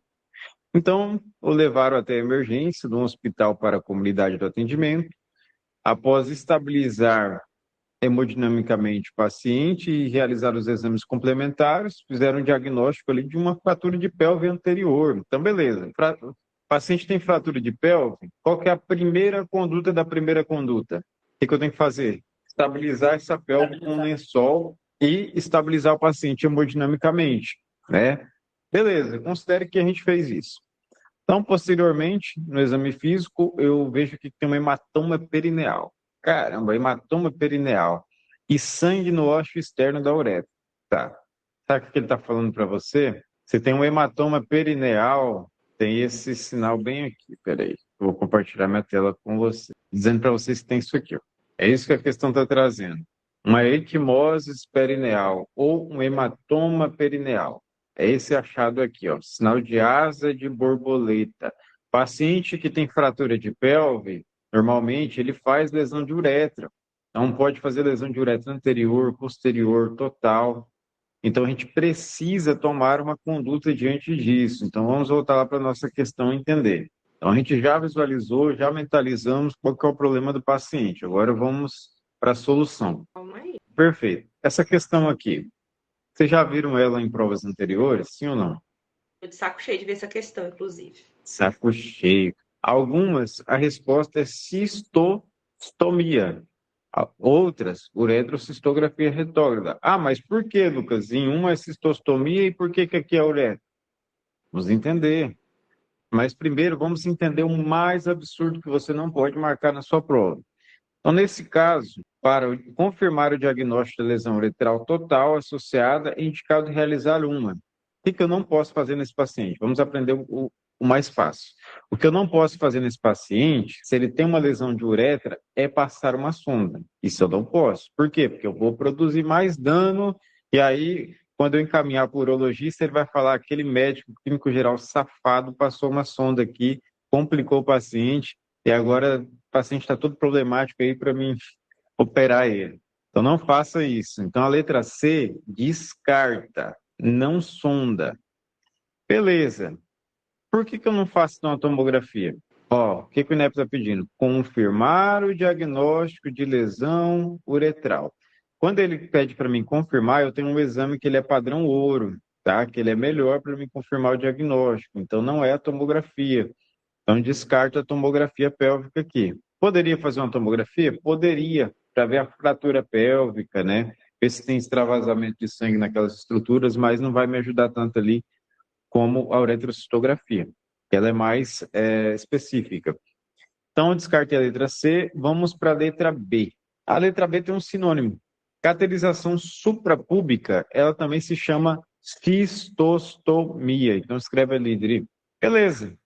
Agora eu fico na briga entre A e B. O que está faltando nesse enunciado para mim marcar B? Está faltando um dado muito importante, que é uma palavrinha chave. Qual que é? Globo vesical palpável. Repete, doutor Maicon. Globo vesical palpável. Globo vesical palpável. Então, beleza. Tem o globo vesical? Não tem o globo vesical. O que isso significa? Que eu vou para o meu exame padrão ouro. Então, eu vou marcar a uretrocistografia retrógrada, que é nada mais do que injetar contraste, analisar a estrutura onde houve a ruptura e depois proceder para a cistostomia. Então, quando o INEP traz para você globo vesical ali no enunciado, você nem perde tempo. Busca a cistostomia. Se ele não trouxe, vamos para o padrão ouro de diagnóstico. Dados importantes dessa questão: trauma, outro dado, hematoma perineal e sangue no meato uretral ali, ó. Quando ele fala para você sangue no ósseo externo. Ficaram com dúvida nessa questão? Agora, uma pergunta clássica que eu mesmo me fiz. Mas por que às vezes, se tem globo vesical, a resposta é cistostomia? Imagina, se tem globo vesical, o paciente está retendo urina. Eu preciso fazer alguma coisa, eu preciso derivar essa urina para algum lugar para me resolver a clínica do paciente, porque às vezes a uretrocistografia retrógrada é um procedimento um pouco demorado, né? Mas como aqui a gente não tem esse excesso de urina ali na bexiga, não tem o globo vesical palpável, eu opto pelo padrão ouro, tá? Viu fratura de pelve? Já caça o globo vesical. Tem globo vesical? Cistostomia? Cisto vem de quê? Cistite. Cistite é o quê? Acometimento do quê? Bexiga, né? Então é da bexiga. Ostomia é o quê? É um buraco que a gente faz ali, ou seja, a gente vai fazer com uma agulha, a gente vai tirar aquela urina de lá para aquele. Por quê? Porque os rins ele continua drenando. Se ele continua mandando para lá, vai chegar um momento que ele vai voltar. Se ele volta, a gente vai ter um quê? Um acometimento renal, não é? Então, isso não é legal. Não é legal. Então, a gente vai fazer o quê? A gente faz uma cistostomia de alívio, para aliviar. Tirou. Não tem globo vesical? Esquece cistostomia. Agora, a gente vai para uretrocistografia. O que é isso aqui? É um contraste, né? Que a gente faz. Para a gente poder ver o Agora quê? eu tenho perguntas. O trauma, tá? Doutora Júlia, vamos ver se você entendeu. Júlia Carvalho. O que está faltando aqui para mim pensar em fazer cistostomia? Eu acho que ela respondeu Será que mais está travando aqui? do Não está saindo o áudio. Doutor Samuel, então. Qual dos? Samuel Cardoso, vai lá. Para fazer a cistostomia, teria que ter o globo vesical. Perfeito, perfeito. Então vamos lá, vou perguntar isso 100 mil vezes, viu? Essa perguntinha o INEP ama. Pode falar, Samuel Araújo. Você também. O que está faltando, doutor Samuel Araújo? Globo Para vesical. fazer cistostomia. Perfeito. Globo vesical. No enunciado. Não tem. Deixa eu te falar. Ô, Lucas, o cateterismo, eu não entendi essa parte. O cateterismo suprapúbico é o mesmo que cistostomia? Pode vir essas duas Isso. palavrinhas lá?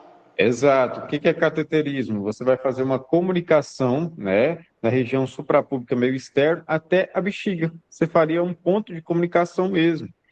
E eu não sei se vocês já sondaram o paciente assim, mas é muito fácil. Você sondar pelo meato uretral é um pouco mais complexo, né? Tem que passar lidocaína na mão, amarrar a sonda aqui, tentar introduzir lentamente. Cara, quando o paciente tem um cateterismo ali suprapúbico, é simples. É só introduzir, rapidinho está na bexiga, nem precisa entrar muito, né? A sonda, pronto, insufla o balão. Já fiz muito cateterização, hein? Ele pode botar sonda também, viu? Sonda suprapública. Isso. Exatamente. Deixa eu perguntar um negócio. Ali, como ele fala diagnóstico, para confirmar o diagnóstico, mesmo se tivesse o globo vesical, como ele está me pedindo diagnóstico, a resposta mais adequada seria a uretrocistografia, né? Porque a cistostomia também eu consigo fazer diagnóstico por ela.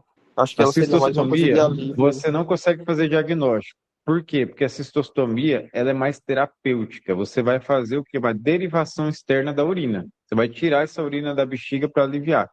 Se você quer padrão ouro, né, se você quer diagnosticar, é uretrocistografia retrógrada, tá? Ou cistografia retrógrada também, que é a mesma coisa. Quando Olha for ali, ó, dá uma olhada na última linha. O que o INEP trouxe nessa questão? Uretrorragia e globo vesical palpável. Aqui, o que você tem que fazer? Aliviar o paciente, bora tirar esse bexigoma, vamos derivar essa urina ali para o meio externo, aí depois eu vou olhar, depois eu vou diagnosticar, depois eu faço a conduta B. Na verdade, eles nunca vão perguntar o diagnóstico, sendo que tem globo vesical. Vai pedir primeiro o procedimento para depois fazer o diagnóstico. Se vocês olharem as questões que a gente está fazendo e essa que a Adri colocou aí, olha as últimas perguntas. Lá na que a gente está fazendo, ela está perguntando o procedimento para confirmação do diagnóstico.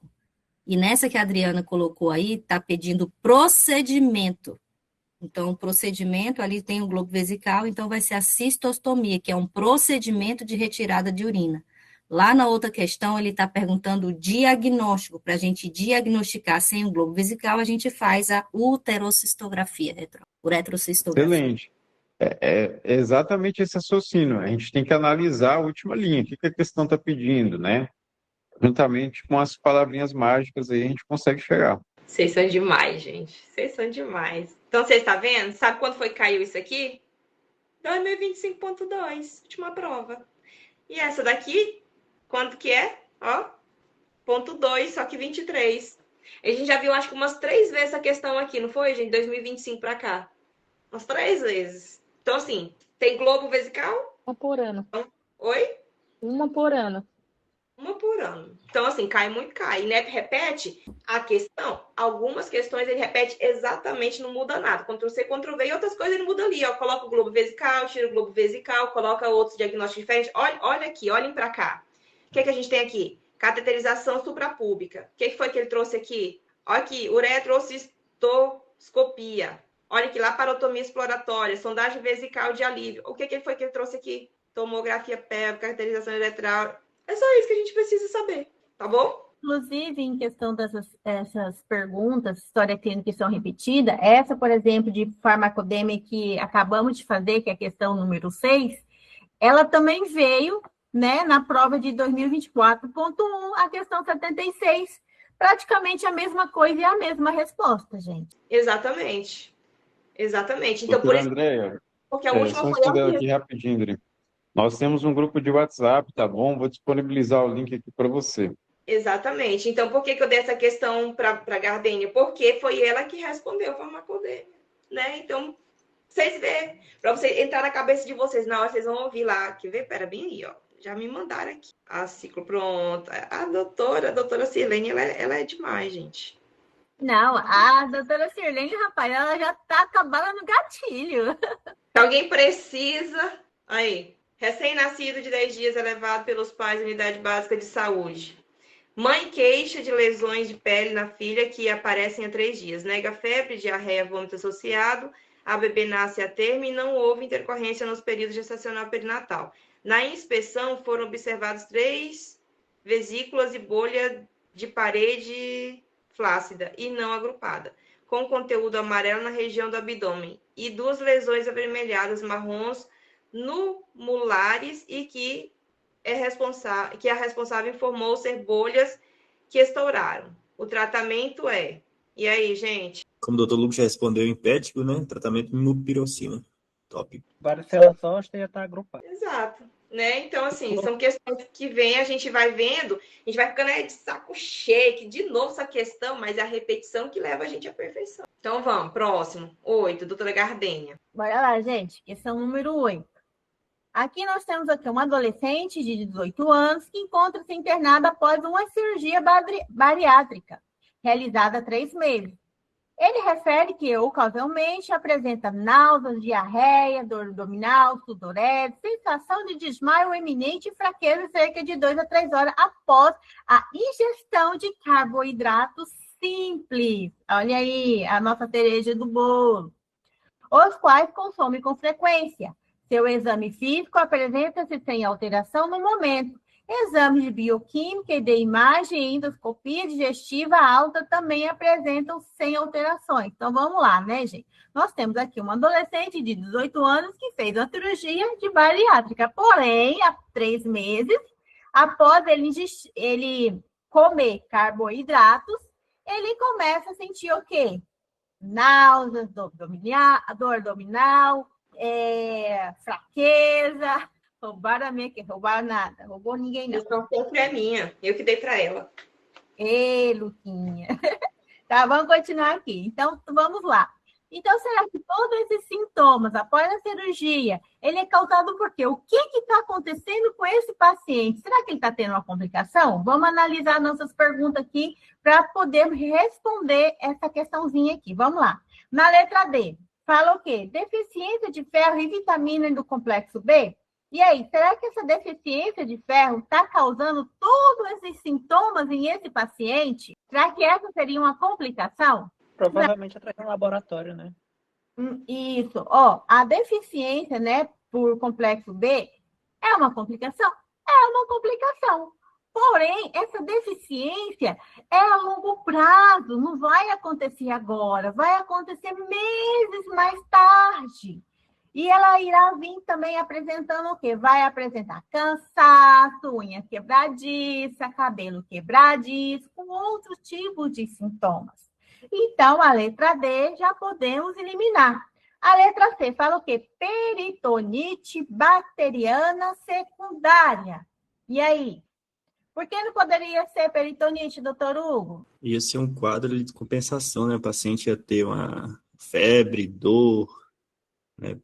Isso é mais complicado, eu acredito. Exato. A própria palavra já fala, né? Peritonite. Ele teria uma dor, né? Sinais de peritonite, né? No exame. Então, já não é o nosso caso do nosso paciente.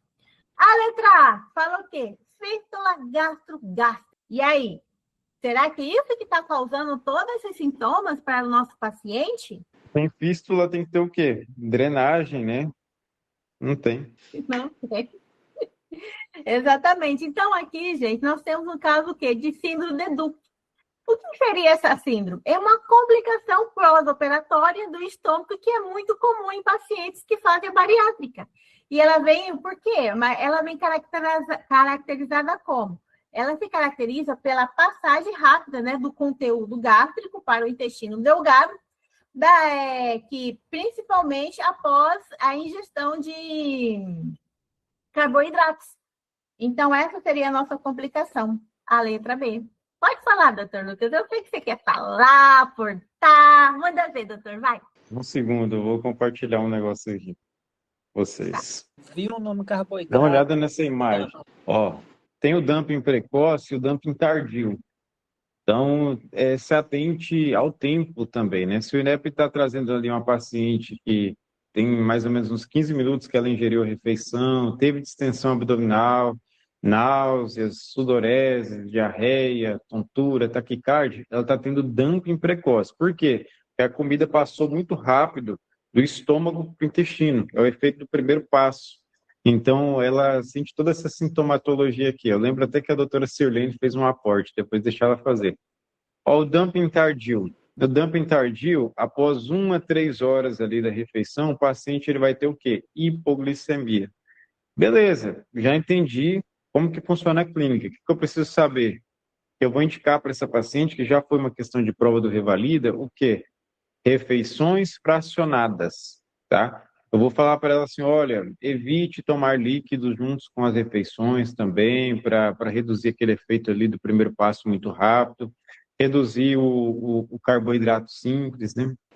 Então é Agora, isso. eu vou perguntar um negócio para vocês. E se por acaso na questão vier falando assim que a paciente teve muita perda de peso em pouco tempo, qual é a complicação mais frequente? Colecistite. Colite. Ou colitíase. Colelitíase, maravilha. Exatamente. Quando Porque aparecem quem essas perde questões peso... de bariátrica, a gente já discutiu aqui, o que cai é justamente isso. Qual que é a principal complicação, né? E aí, junto com a resposta, vem a síndrome de Dumping. Mas aí você tem que olhar exatamente o que o caso clínico está falando. Porque a principal, acho que foi até a Cir que também falou para a gente, não é a síndrome de Dump, é justamente a colelitíase. Exato, porque o que o INEP vai trazer? Quando ele trouxer isso aqui, ó, cerca de 2 a 3 horas após ingesta, ele está querendo que você fale o quê? Dump, tá? Se ele falar assim, que a paciente emagreceu muito rápido e não sei mais o que, não, que ele está querendo falar? Colelitíase. A paciente que emagrece muito rápido, ela acaba formando muita bile ali a nível da vesícula biliar e formando muito cálculo, viu? Então, o INEP ele te dá o diagnóstico quando ele quer falar de colelitíase também. Pode falar, doutor Sirlene, você estava falando? Então, são esses dois fatores aí, para quem é bariátrico, que sempre cai no INEP. E é chato, viu? Dump é chato. O Monjaro aí também, né? O pessoal utilizando o Monjaro, emagrecendo tudo rápido. Doutores, pancreatite, hã? E o Monjaro está dando pancreatite agora. Dúvidas, perguntas, doutores? Então vamos, né? Não é tão frequente, mas basicamente é bem de boa a questão da cirurgia, né? Bariátrica, tá? 9 é da Adriana. Voltei. Vamos lá, gente. Isso aqui quem vai resolver vai ser vocês. Bora. Todo mundo participando. Uma criança de 9 anos e 4 meses, uma menina, é levada à consulta pela sua mãe, que está muito preocupada porque sua filha está apresentando desenvolvimento mamário há 2 meses. Bom, se ela está apresentando desenvolvimento mamário e ela tem 9 anos e 4 meses, quer dizer, então, que ela começou a apresentar com 9 anos e 2 meses, né? Então, vem cá. Quando é que a criança, no caso, vai começar a apresentar desenvolvimento mamário? Com que idade? A partir do considerado normal, né? Dos 8 anos, né? Até que idade? 13. É 12 anos, né? 13 aos meninos. A mãe nega que a paciente tenha doenças crônicas. Não tem doença crônica ou que faça uso de medicação contínuas, ok. Relata que a menina possui boa alimentação, top demais, e que faz atividades físicas regular, top demais. Por aqui, nada de problema. Na história familiar, aí ele trouxe aqui, né, para poder confundir a gente. Aí ele veio cá e falou assim, na história familiar, a irmã da criança apresentou menarca aos 13 anos, né, porque 12, né, ou seja, tardio. Ao exame, aí ele falou que menarca, tá? Menarca. Vamos lá, não foi broto mamário. Ao exame físico, curvas de crescimento e peso dentro da normalidade. Mama em fase de botão, Turner 2, pelos pubianos longos, ligeiramente pigmentados nos grandes lábios, ou seja, P2, né? E as genitálias externas de aspectos normais, eu não tenho problema nenhum. Então, como é que a gente faz? A gente tem T, P, M. T de quê? Telarca, P de pubarca e M de menarca. Essa paciente aqui, ela tem as mamas em fase de botão, tá ok. Ela tem os pelos, né, pubianos aqui, tá ok. Tá faltando o quê? A menarca, que ainda não veio. Essa criança começou tudo, né, há 2 meses atrás. Então, olha só. Diante desse quadro, a conduta médica adequada é informar a mãe e a paciente que se trata de um caso sugestivo de quê, gente? Tá normal. Tá normal. Se tá normal, é precoce? Não. Então, adeus. Aí a gente vai ficar com o quê? Com hiperplasia congênita e com a letra, no caso de desenvolvimento puberal normal. Tá normal, né? Normal. Então, pronto. Então, a nossa letra correta aqui é a letra D, né? Mas vamos lá ver aqui, ó. Letra B, porque não pode. Hiperplasia congênita da suprarrenal e solicitar exames hormonais. Para ser isso aqui, o que é que eu iria ter aqui? Exame de Hã? imagem. Querendo me contar de uma outra história, mas aqui ele fala normal, aí fala normal, tudo tá normal, que eu vou me preocupar com essa menina? Não tem nada para me preocupar com ela. Oi? É até mais raro também, né? Eu acho que o INEP não vai cair. Exatamente. Então, ó, letra D, desenvolvimento puberal normal e que não há necessidade de exames complementares no momento. Quando é que eu vou pedir um exame complementar para essa paciente aqui, gente? Depois do 16? Se não descer a menstruação, né? Se não tiver a menarca, aí eu faço. Por quê? Porque eu vou procurar defeitos estruturais. Enquanto aí, se eu preciso procurar alguma coisa, procurar pelo em ovo, né? Não preciso. Então, até agora, por enquanto, está normal, tá bom? E outra aqui, ó, igual eu falei, trouxe aqui para poder confundir a gente. Na história familiar, irmã da menarca. Menarca não é a última. Se ela falou da menarca, não falou da pubarca nem da telarca. Provavelmente estava normal, né? Dúvidas dessa questão? Odri, e os Oi. pelos, qual que é a idade mesmo? Eu esqueci. Dos pelinhos, Aham. assim, ó, a pessoa, né, a criança, ela pode começar dos 8 aos 8 anos, né? Dos 8 aos 12. Normalmente, a partir de 4 meses depois, começam os pelinhos. Em algumas meninas, pode ser que apareça a partir de 2 meses. Isso, inclusive, já foi uma questão que já houve uma briga aí, né, do INEP com estratégia, porque pode acontecer que a menina, ela tem o desenvolvimento mamário e 2 meses depois ela tem a pubarca. Mas o normal é que aconteça aí no intervalo de 4 meses. E aí, a briga é precoce ou não é por conta do aparecimento do pelo? Para mim, tá normal, tá? Para mim, eu concordo com o INEP que esteja normal, mesmo aparecendo 2 meses depois, tá? Entendi. Obrigada. Mas é 2 meses ou 4 meses depois da telarca, Adri? É isso que você telarca. quer dizer? Da telarca, né? Sim. Tá. Tá? Obrigada. Primeiro aparece a telarca, depois aparece de 2 a 4 meses depois aparece a pubarca, e aqui ela vai aparecer anos, né? Pode aparecer de 6 meses a um pouquinho mais tarde, porque, olha, essa criança aqui ela tem 9 anos, então ela tem que aguardar ela até os 16, né? Então, 9, 10, 11, 12, 13, 14, 15, 16. Eu vou aguardar aí 7 anos, tá bom? Quem levantou a mão? Eu. A menarca a gente pode esperar até 16 anos, né? Que é o normal. Aí, quando que uma questão vai me trazer, por exemplo, que ela tem 16 anos, aí eu espero fazer 16 anos e 11 meses, ou com 16 anos mesmo, eu já investigo. Por exemplo, nos 17 anos que eu vou investigar, ou dentro dos 16. Então, aí o INEP ele vai trazer para você uma história que vai te trazer suspeita dessa paciente. Ele vai te dizer que essa paciente, ou ela pode ter tido a telarca pubarca normal, mas a menarca está atrasada, vai te trazer uma paciente de 17 anos, ou então vai te dizer que essa paciente, ela começou primeiro por quem? Pela pubarca. Ela começou pela pubarca, depois ela veio a telarca, entendeu? E aí, se ela começou primeiro pela pubarca, já não está normal, tá? E se ela teve abre o rascunho, eu acho que fica mais fácil. Falando assim, acho que é difícil compreender. Tá, vamos lá então. Ó. Então tem que seguir a ordem. Primeiro a telarca, de 8 às 13, a pubarca e a menarca. Isso, é uma ordem. Isso, TPM. A gente vai usar lá TPM, né? Que é o quê? Telarca, pubarca e menarca. A primeira a aparecer sempre vai ser a telarca. A segunda sempre vai ser a pubarca e a terceira sempre vai ser a menarca, nessa ordem. Se seguiu essa ordem, ela está com desenvolvimento normal, tá bom? Quando que não vai estar normal, né? Então, esse aqui, ele é normal, tá? Normal, desenvolvimento. Quando que não está normal? Anormal. Quando vier uma história que essa pacientezinha, ela veio primeiro com uma pubarca e não teve nem telarca nem menarca. E essa paciente, ela tá aqui, sei lá, com qualquer idade que seja. Ele pode dar qualquer idade, tá? Dentro dos 8 anos ali, até os 12, ou até mais velho, e dizer que essa paciente nunca teve a telarca e ela só teve a pubarca. E a menarca dela também não veio, tá bom? Então, quando eu tenho isso aqui, eu tô com suspeita de quê? Hormônios, né? Se eu tô com suspeita de hormônios, eu vou pedir o quê? Laboratório. Posso explicar de uma forma um pouco mais fácil?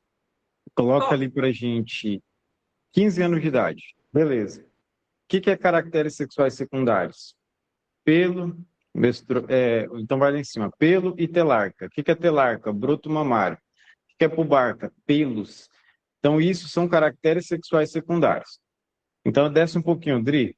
15 anos de idade. Eu pergunto para vocês, tem caracteres sexuais secundários? Tem sim. Então, coloca assim, Dri. Lá nos 15.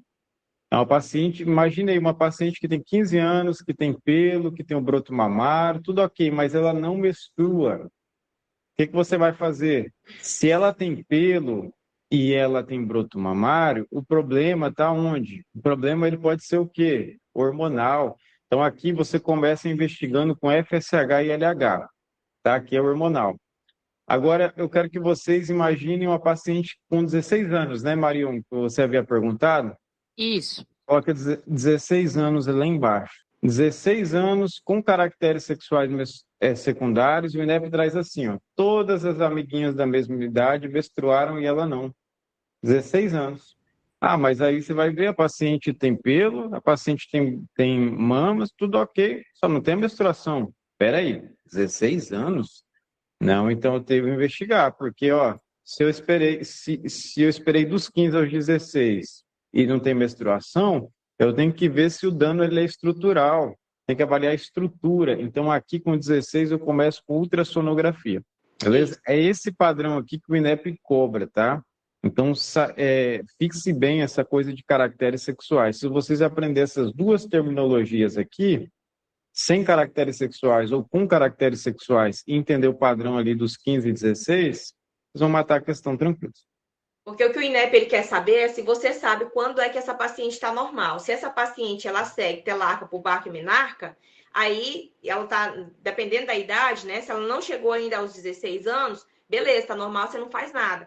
Mas, por acaso, chegou aos 16 e faltou a menarca, né? Aí você tem que ver, tem que saber se a telarca e pubarca está presente. Telarca e pubarca está presente e a menarca nunca veio, aí a gente vai por quê? A gente subentende, né, que telarca e pubarca veio, então os hormônios estão ok. Só que se a menstruação aos 16 não veio, então é o quê? Causa estrutural. Aí eu vou o quê? Vou para ultrassonografia, que é a imagem, tá? Então, assim, lembrem da escadinha, tá?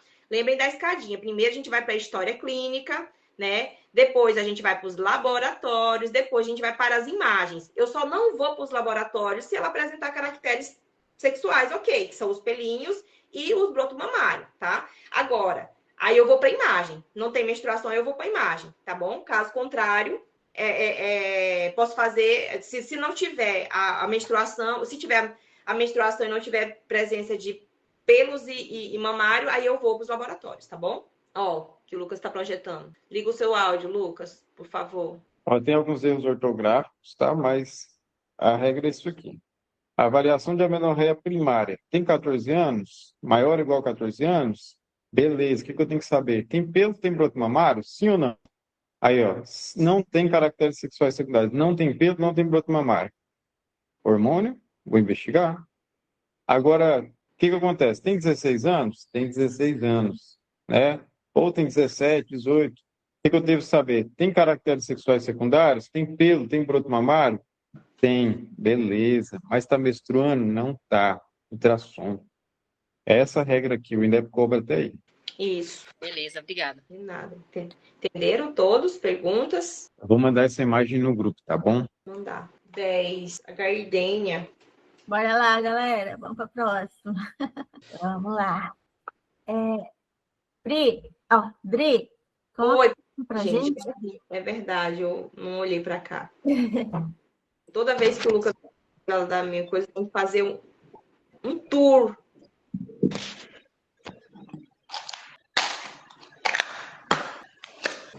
Prontinho?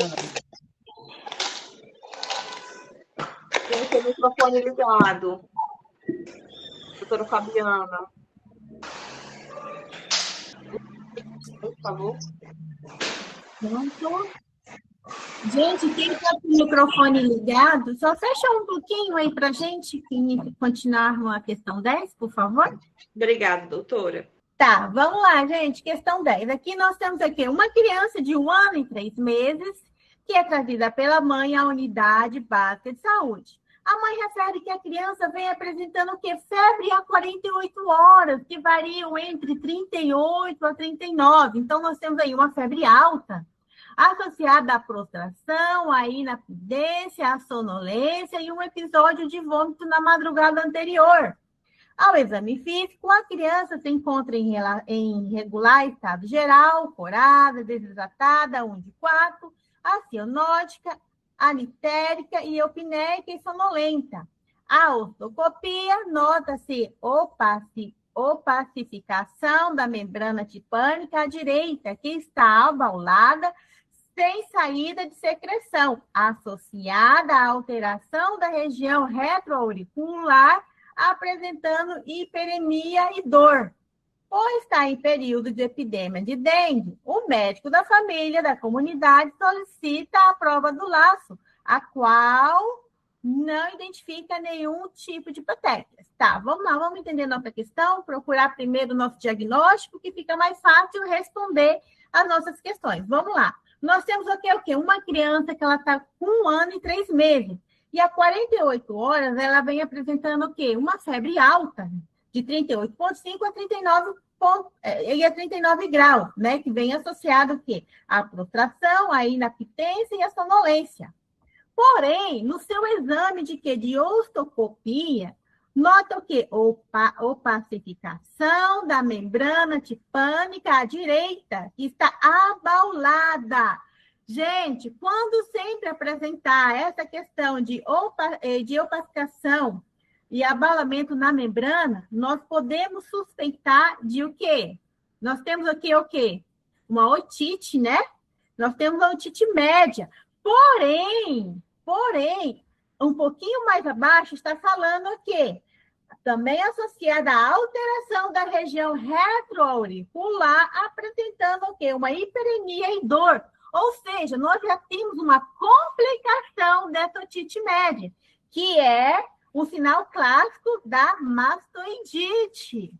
Então, de acordo com a nossa história clínica, qual seria o nosso diagnóstico? Nós teríamos aqui uma otite média aguda complicada por mastoidite ou somente mastoidite. Um pouquinho mais abaixo fala, pois está em período de epidemia de dengue, o médico da família fez a prova do laço, porém sem resultado nenhum. Então, quer dizer, e também em relação aos sintomas, não é dengue.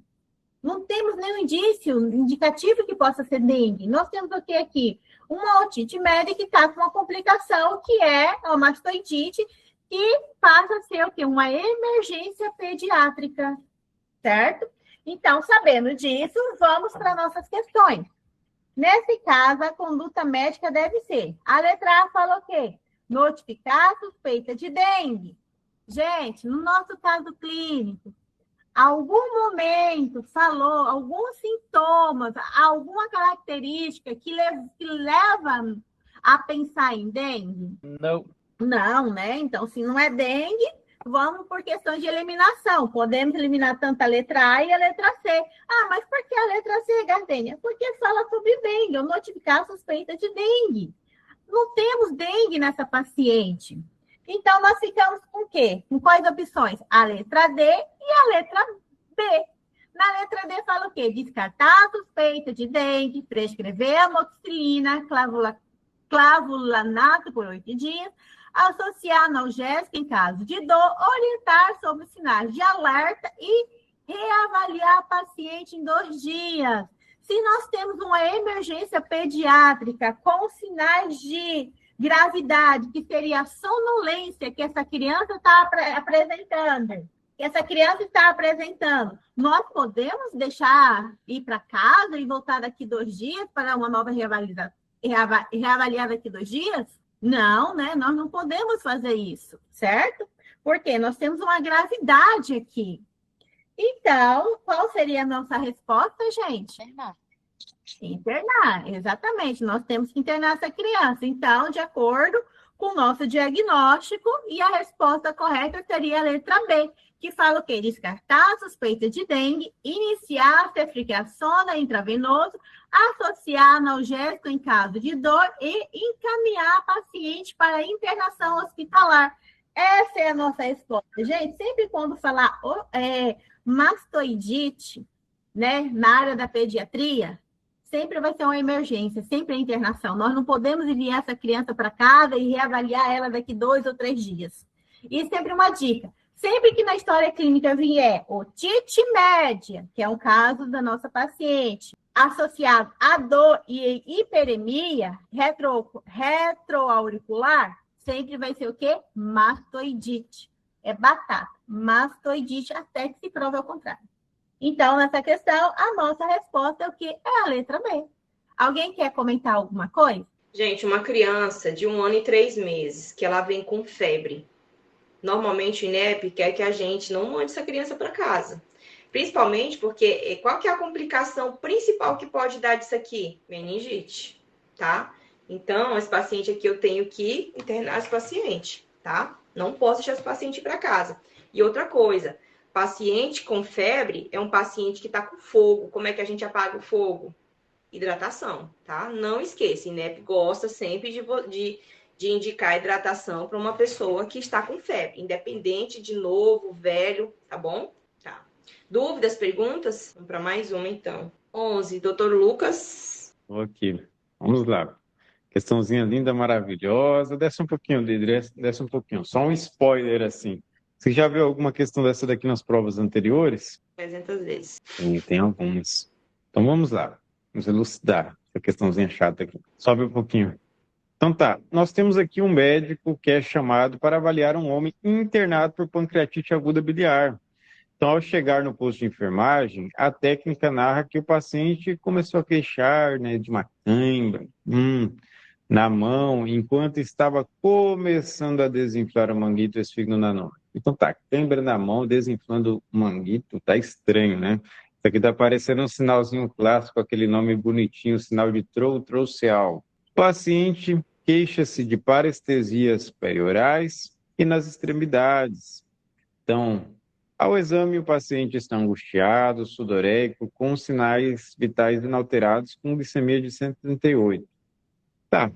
O médico, então, pede um manguito, infla a bolsa durante 3 minutos, acima da pressão sistólica e observa uma mão contracturada. A mão do paciente fez isso aqui. Qual que é o sinal? Troceal. É isso que ele está falando para você. Então, depois ele percute o nervo de, ele está fazendo isso aqui, no nervo facial. Tec, tec, tec, tec. É o sinal de Chevos-Tec. Beleza? Então, fica aí um adendo para você. Percute o nervo facial e observa contração dos músculos perilabiais ipsilateralmente. Quando o INEP fala isso, pessoal, ele está falando para você, fiz o troceal, fiz o Chevos-Tec, e aí dá o seu diagnóstico. O que é clássico de sinal de troceal e Chevos-Tec? Com vocês, participem. Hipocalcemia. Hipocalcemia, né? Então vamos lá. Considerando o caso clínico apresentado, assinale a opção que descreve nossa hipótese diagnóstica correta para explicar os cenários e as alterações descritas. Então já sei, meu diagnóstico é hipocalcemia. Isso? Correto? Correto. Beleza, é hipocalcemia. Tá, mas por que não é hipocalemia? Quando eu falo de calêmia, eu estou falando de quê? Potássio. Quando eu estou falando de calemia, eu estou falando de potássio. Tudo que envolve potássio, coloca aí um casinho, perfeito. Tudo que envolve potássio, envolve o quê? Alterações cardíacas. Então, o paciente que tem hipocalemia é um paciente que pode ter aí taquicardia, arritmia. Um paciente que tem hipercalemia, muito potássio, ele também pode ter alterações cardíacas. Tá, como que eu vou elucidar isso no eletrocardiograma, que é o que me importa? O INEP já trouxe uma questão assim. Hipercalemia vai fazer a onda T apiculada. Então, coloca aí, onda T apiculada. Ou também chamada onda intenda. Não, hiper. A hipercalemia faz a onda T apiculada. A hipocalemia vai fazer onda U, T. Tá? Onda T apiculada. Quando eu estou falando de hiperglicemia, né, o INEP não vai cobrar hiperglicemia dessa forma aqui na prova. O INEP gosta de cobrar o quê? Diabetes estacional, cetoacidose diabetes, síndrome hiperosmolar. Agora, hiperglicemia isolada, desconfie, tá bom? Quando ele traz esse tipo de questão, ele está querendo que você identifique ali qual que é o distúrbio hidroeletrolítico que o paciente está tendo. Então, aqui nossa conduta mais adequada aqui, né, é restituir esse cálcio do paciente. Gente, só uma dica, tá? Vocês viram que eu marquei aqui hipercalemia e calcemia? Olha só. Em qual desses dois aqui tem a letra C? Pronto. Então, é isso aqui, tá? Só para vocês lembrarem. Se não tem o C, então é K, tá bom? Se tem o C, então é cálcio. Tá bom? Só para poder lembrar na hora da prova. Que às vezes pode ficar confuso, né? Alguém levantou a mão, pode falar. Eu me confundi. Calemia é potássio, alteração cardíaca. Isso. Então, a hipercalemia que vai ter a onda apiculada. Não a hipercalcemia. Isso, exato. Não é a hipercalcemia. Não. Ah, tá. Não. É exatamente esse raciocínio. Tá. Quando eu falo de cálcio, o que eu penso? Em em bomba ali de ATP, o cálcio ele é muito importante também para o quê? Para os músculos, né? Para fazer a contração muscular. Então, se o paciente tem uma baixa de cálcio, por exemplo, é muito comum em pacientes pós-cirúrgicos. Ele pode ter o ilho paralítico, o intestino dele vai parar de fazer a peristalse ali e ele pode ter constipação por isso. Então, o INEP ele já trouxe uma questão de hipocalcemia em um paciente que estava no pós-operatório. Então, você atente a esses detalhes aí também. Dúvidas, gente? Acho que é porque o doutor tinha falado hipocalcemia. Aí, então, é hipercalcemia, né? Que tem a onda T apiculada. Calemia, de potássio. Apagar aí, ó. Tá. Não, é porque a Adriana colocou escrito aí, por Aqui, isso. né? É aqui.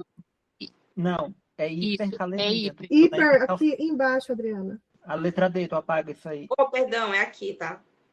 Pronto.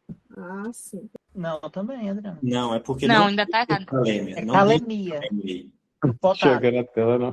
É na letra A, só que Exato. É na Isso, letra tá A. confundindo. Verdade. Calma aí, gente. Confundiu. Escrevi o que o Lucas falou, eu olhei na tela, apaguei. Hipercalemia. Pronto. Certo? E aí, a gente faz mais uma? Mais 10. Bora fazer mais uma. Vamos lá. Vamos fazer mais uma. 12. Tá cedo. Dá para ir até a 15. Dá, né? Bora. Uma paciente de 87 anos, portadora de hipertensão arterial sistêmica e de fibrilação atrial. Coração que fibrila faz o quê, gente? Trombo. Coração que fibrila faz trombo. Questão falou que tem fibrilação atrial, a gente vai pensar no trombo, tá? Comparece à unidade de emergência de um hospital terciário sentindo dor abdominal. Que isso? Por que você está sentindo esse dor abdominal se ela tem fibrilação atrial? O que pode ser? Sentindo dor abdominal incapacitante, apresentando distensão abdominal há um dia. Está me insistindo sobre o abdômen, né? Ele relata que por motivos de esquecimento, olha aqui, ó, o idosinho, né, 87 anos, coitadinho, tá esquecendo, não toma os seus medicamentos aproximadamente uma semana. Ô, meu senhor, como é que faz um trem desse? Ao exame físico, apresenta regular estado geral, faces de dor, palidez, sudorese, desidratado, abdômen plano de novo, vamos no abdômen. Levemente distendido, com dor difusa, todo o abdômen, né? A palpação profunda ainda e sem sinais de irritação peritoneal. Não tem, então, peritonite. Restante do exame sem alterações. Com relação a esse caso, assinale a opção que apresenta um método complementar mais sensível e específico para realizar o diagnóstico deste paciente. Nós estamos diante de que caso aqui, gente? Abdômen agudo. Abdômen agudo. O quê? Vascular. Vascular, não é? Paciente, coração que fibrila faz trombo, então tá me falando então de algo vascular. Se é vascular, e aí ele tá me falando de dor abdominal e ele insistiu isso, então eu tô diante de quê? Uma isquemia, não é? Por quê? Trombo, faz trombo, coração que fibrila faz trombo, e esse paciente vem com dor aguda ali, e se eu tô falando que é um abdômen agudo vascular, então eu tô pensando em uma isquemia o quê? Mesentérica, né? Beleza. Sendo assim, aí ele pergunta, mais sensível. Desses aqui, qual que é o mais sensível? Eu tô falando de vaso. Vascular, tô falando de vaso. Radiografia, para mim, vai servir de alguma coisa? Não. Eu só vou ver só as distensões das alças ali do intestino, mais nada, né? Não vai me servir para nada. Dosagem sérica da desidrogenase lática. Não é sensível. Então, não é sensível. Angiotomografia. Anjo fala de vaso, né? Então, angiotomografia computadorizada de abdômen com contraste. Ué, se eu tô falando de isquemia, tem algum lugar, então, que não está passando sangue. Se não está passando sangue, vou botar lá o contraste para eu ver realmente se tem uma oclusão, né? Então, sim, essa aqui é a nossa resposta correta. Letra D, ultrassonografia Doppler. Adriana, mas espera aí, olha só, Doppler. Tu não falou já aí, não sei quantos milhões de vezes que o Doppler ele é bom para a gente poder ver o fluxo sanguíneo? ele é bom para a gente poder ver o fluxo sanguíneo. Só que, nesse caso, seria, por exemplo, em caso de uma estenose, né? Ele não vai detectar êmbolos aqui. Então, para isso, ele não vai servir, né? Então, a angiotomografia, ela é a nossa resposta correta. Aqui, doutores, toda vez que quando falar coração que fibrila, você já escreve, puxa a setinha e coloca assim, ó, coração que fibrila faz trombo. Você já vai pensar o quê? Em uma isquemia. Você já vai pensar em quê? Em algum lugar que não está chegando sangue. Quando um local que não está chegando sangue, o que que acontece? Ele perde a vascularização e isso causa o quê? Não é dor? E aí ele vem e te fala aqui, ó, a dor é aonde? No abdômen, porque ele tem que te dizer onde é que está doendo. Então, a isquemia está acontecendo no abdômen. Então, eu vou ter um abdômen agudo, né? Por quê? Porque ele vem aqui e fala que ele chegou, só que há uma semana esse coitadinho não está tomando medicação. Então, se ele me fala do abdômen, o que é de mais importante que tem ali vascularizado? Mesentério, né? Então, eu tenho aqui uma isquemia mesentérica, né? Por quê? Por oclusão dos trombos, não é isso? Então, se eu estou falando que tem uma oclusão e é uma oclusão de vasos, que o mesentério ele é muito vascularizado, então eu tenho que ver o quê? Eu estou falando de vasos, ângio, né? Angiografia, né? E eu com o quê? Com contraste, tá bom? Então é esse E a ultrassom não vai ver pequenos vasos, só grandes. Exatamente, perfeito. Dúvidas? Não? Esse silêncio é porque todos entenderam. Maravilha, viu? Espero que sim. Show, doutora, aí. Muito bom aí. Fibrilou é trombo. Muito boa essa explicação. Exatamente. A gente decora essa partezinha aí, a gente mata, né? Mata. Então, esse é o raciocínio que a gente tem que ter, tá? E é bom a gente conhecer, por exemplo, quanto que a gente vai fazer uma radiografia no paciente, quanto que a gente faz um ultrassom, quanto que a gente faz um angiotaque. Saber diferenciar isso é muito importante para a prova do INEP. Porque se vocês olharem o padrão, o INEP gosta de saber o exame ali de eleição mais sensível, mais acessível, mais específico, padrão ouro, gold standard. Esse padrão é importante a gente entender para a prova do INEP. Gente, nós vamos ficando por aqui, mas eu gostaria de agradecer vocês e dizer para vocês que quem se interessar pela nossa mentoria, entre em contato conosco, tá? Estaremos aqui durante 4 dias por semana, segunda, terça, quinta e sexta, das 9 da manhã até as 11, tá bom? Então, faça parte, ainda dá tempo, viu? E agora o negócio vai ser o seguinte, nós vamos limitar, tá? E use o cupom MAICON10 para ter um desconto com o seu Lucas Bambolini. Muito bem. Muito bem, Cadê gente. o Mestre dos Magos? O Mestre dos Magos desapareceu? É porque hoje já não tem mais, né? Ele falou, eu já vou descer aqui, vou embora. Assumiu já.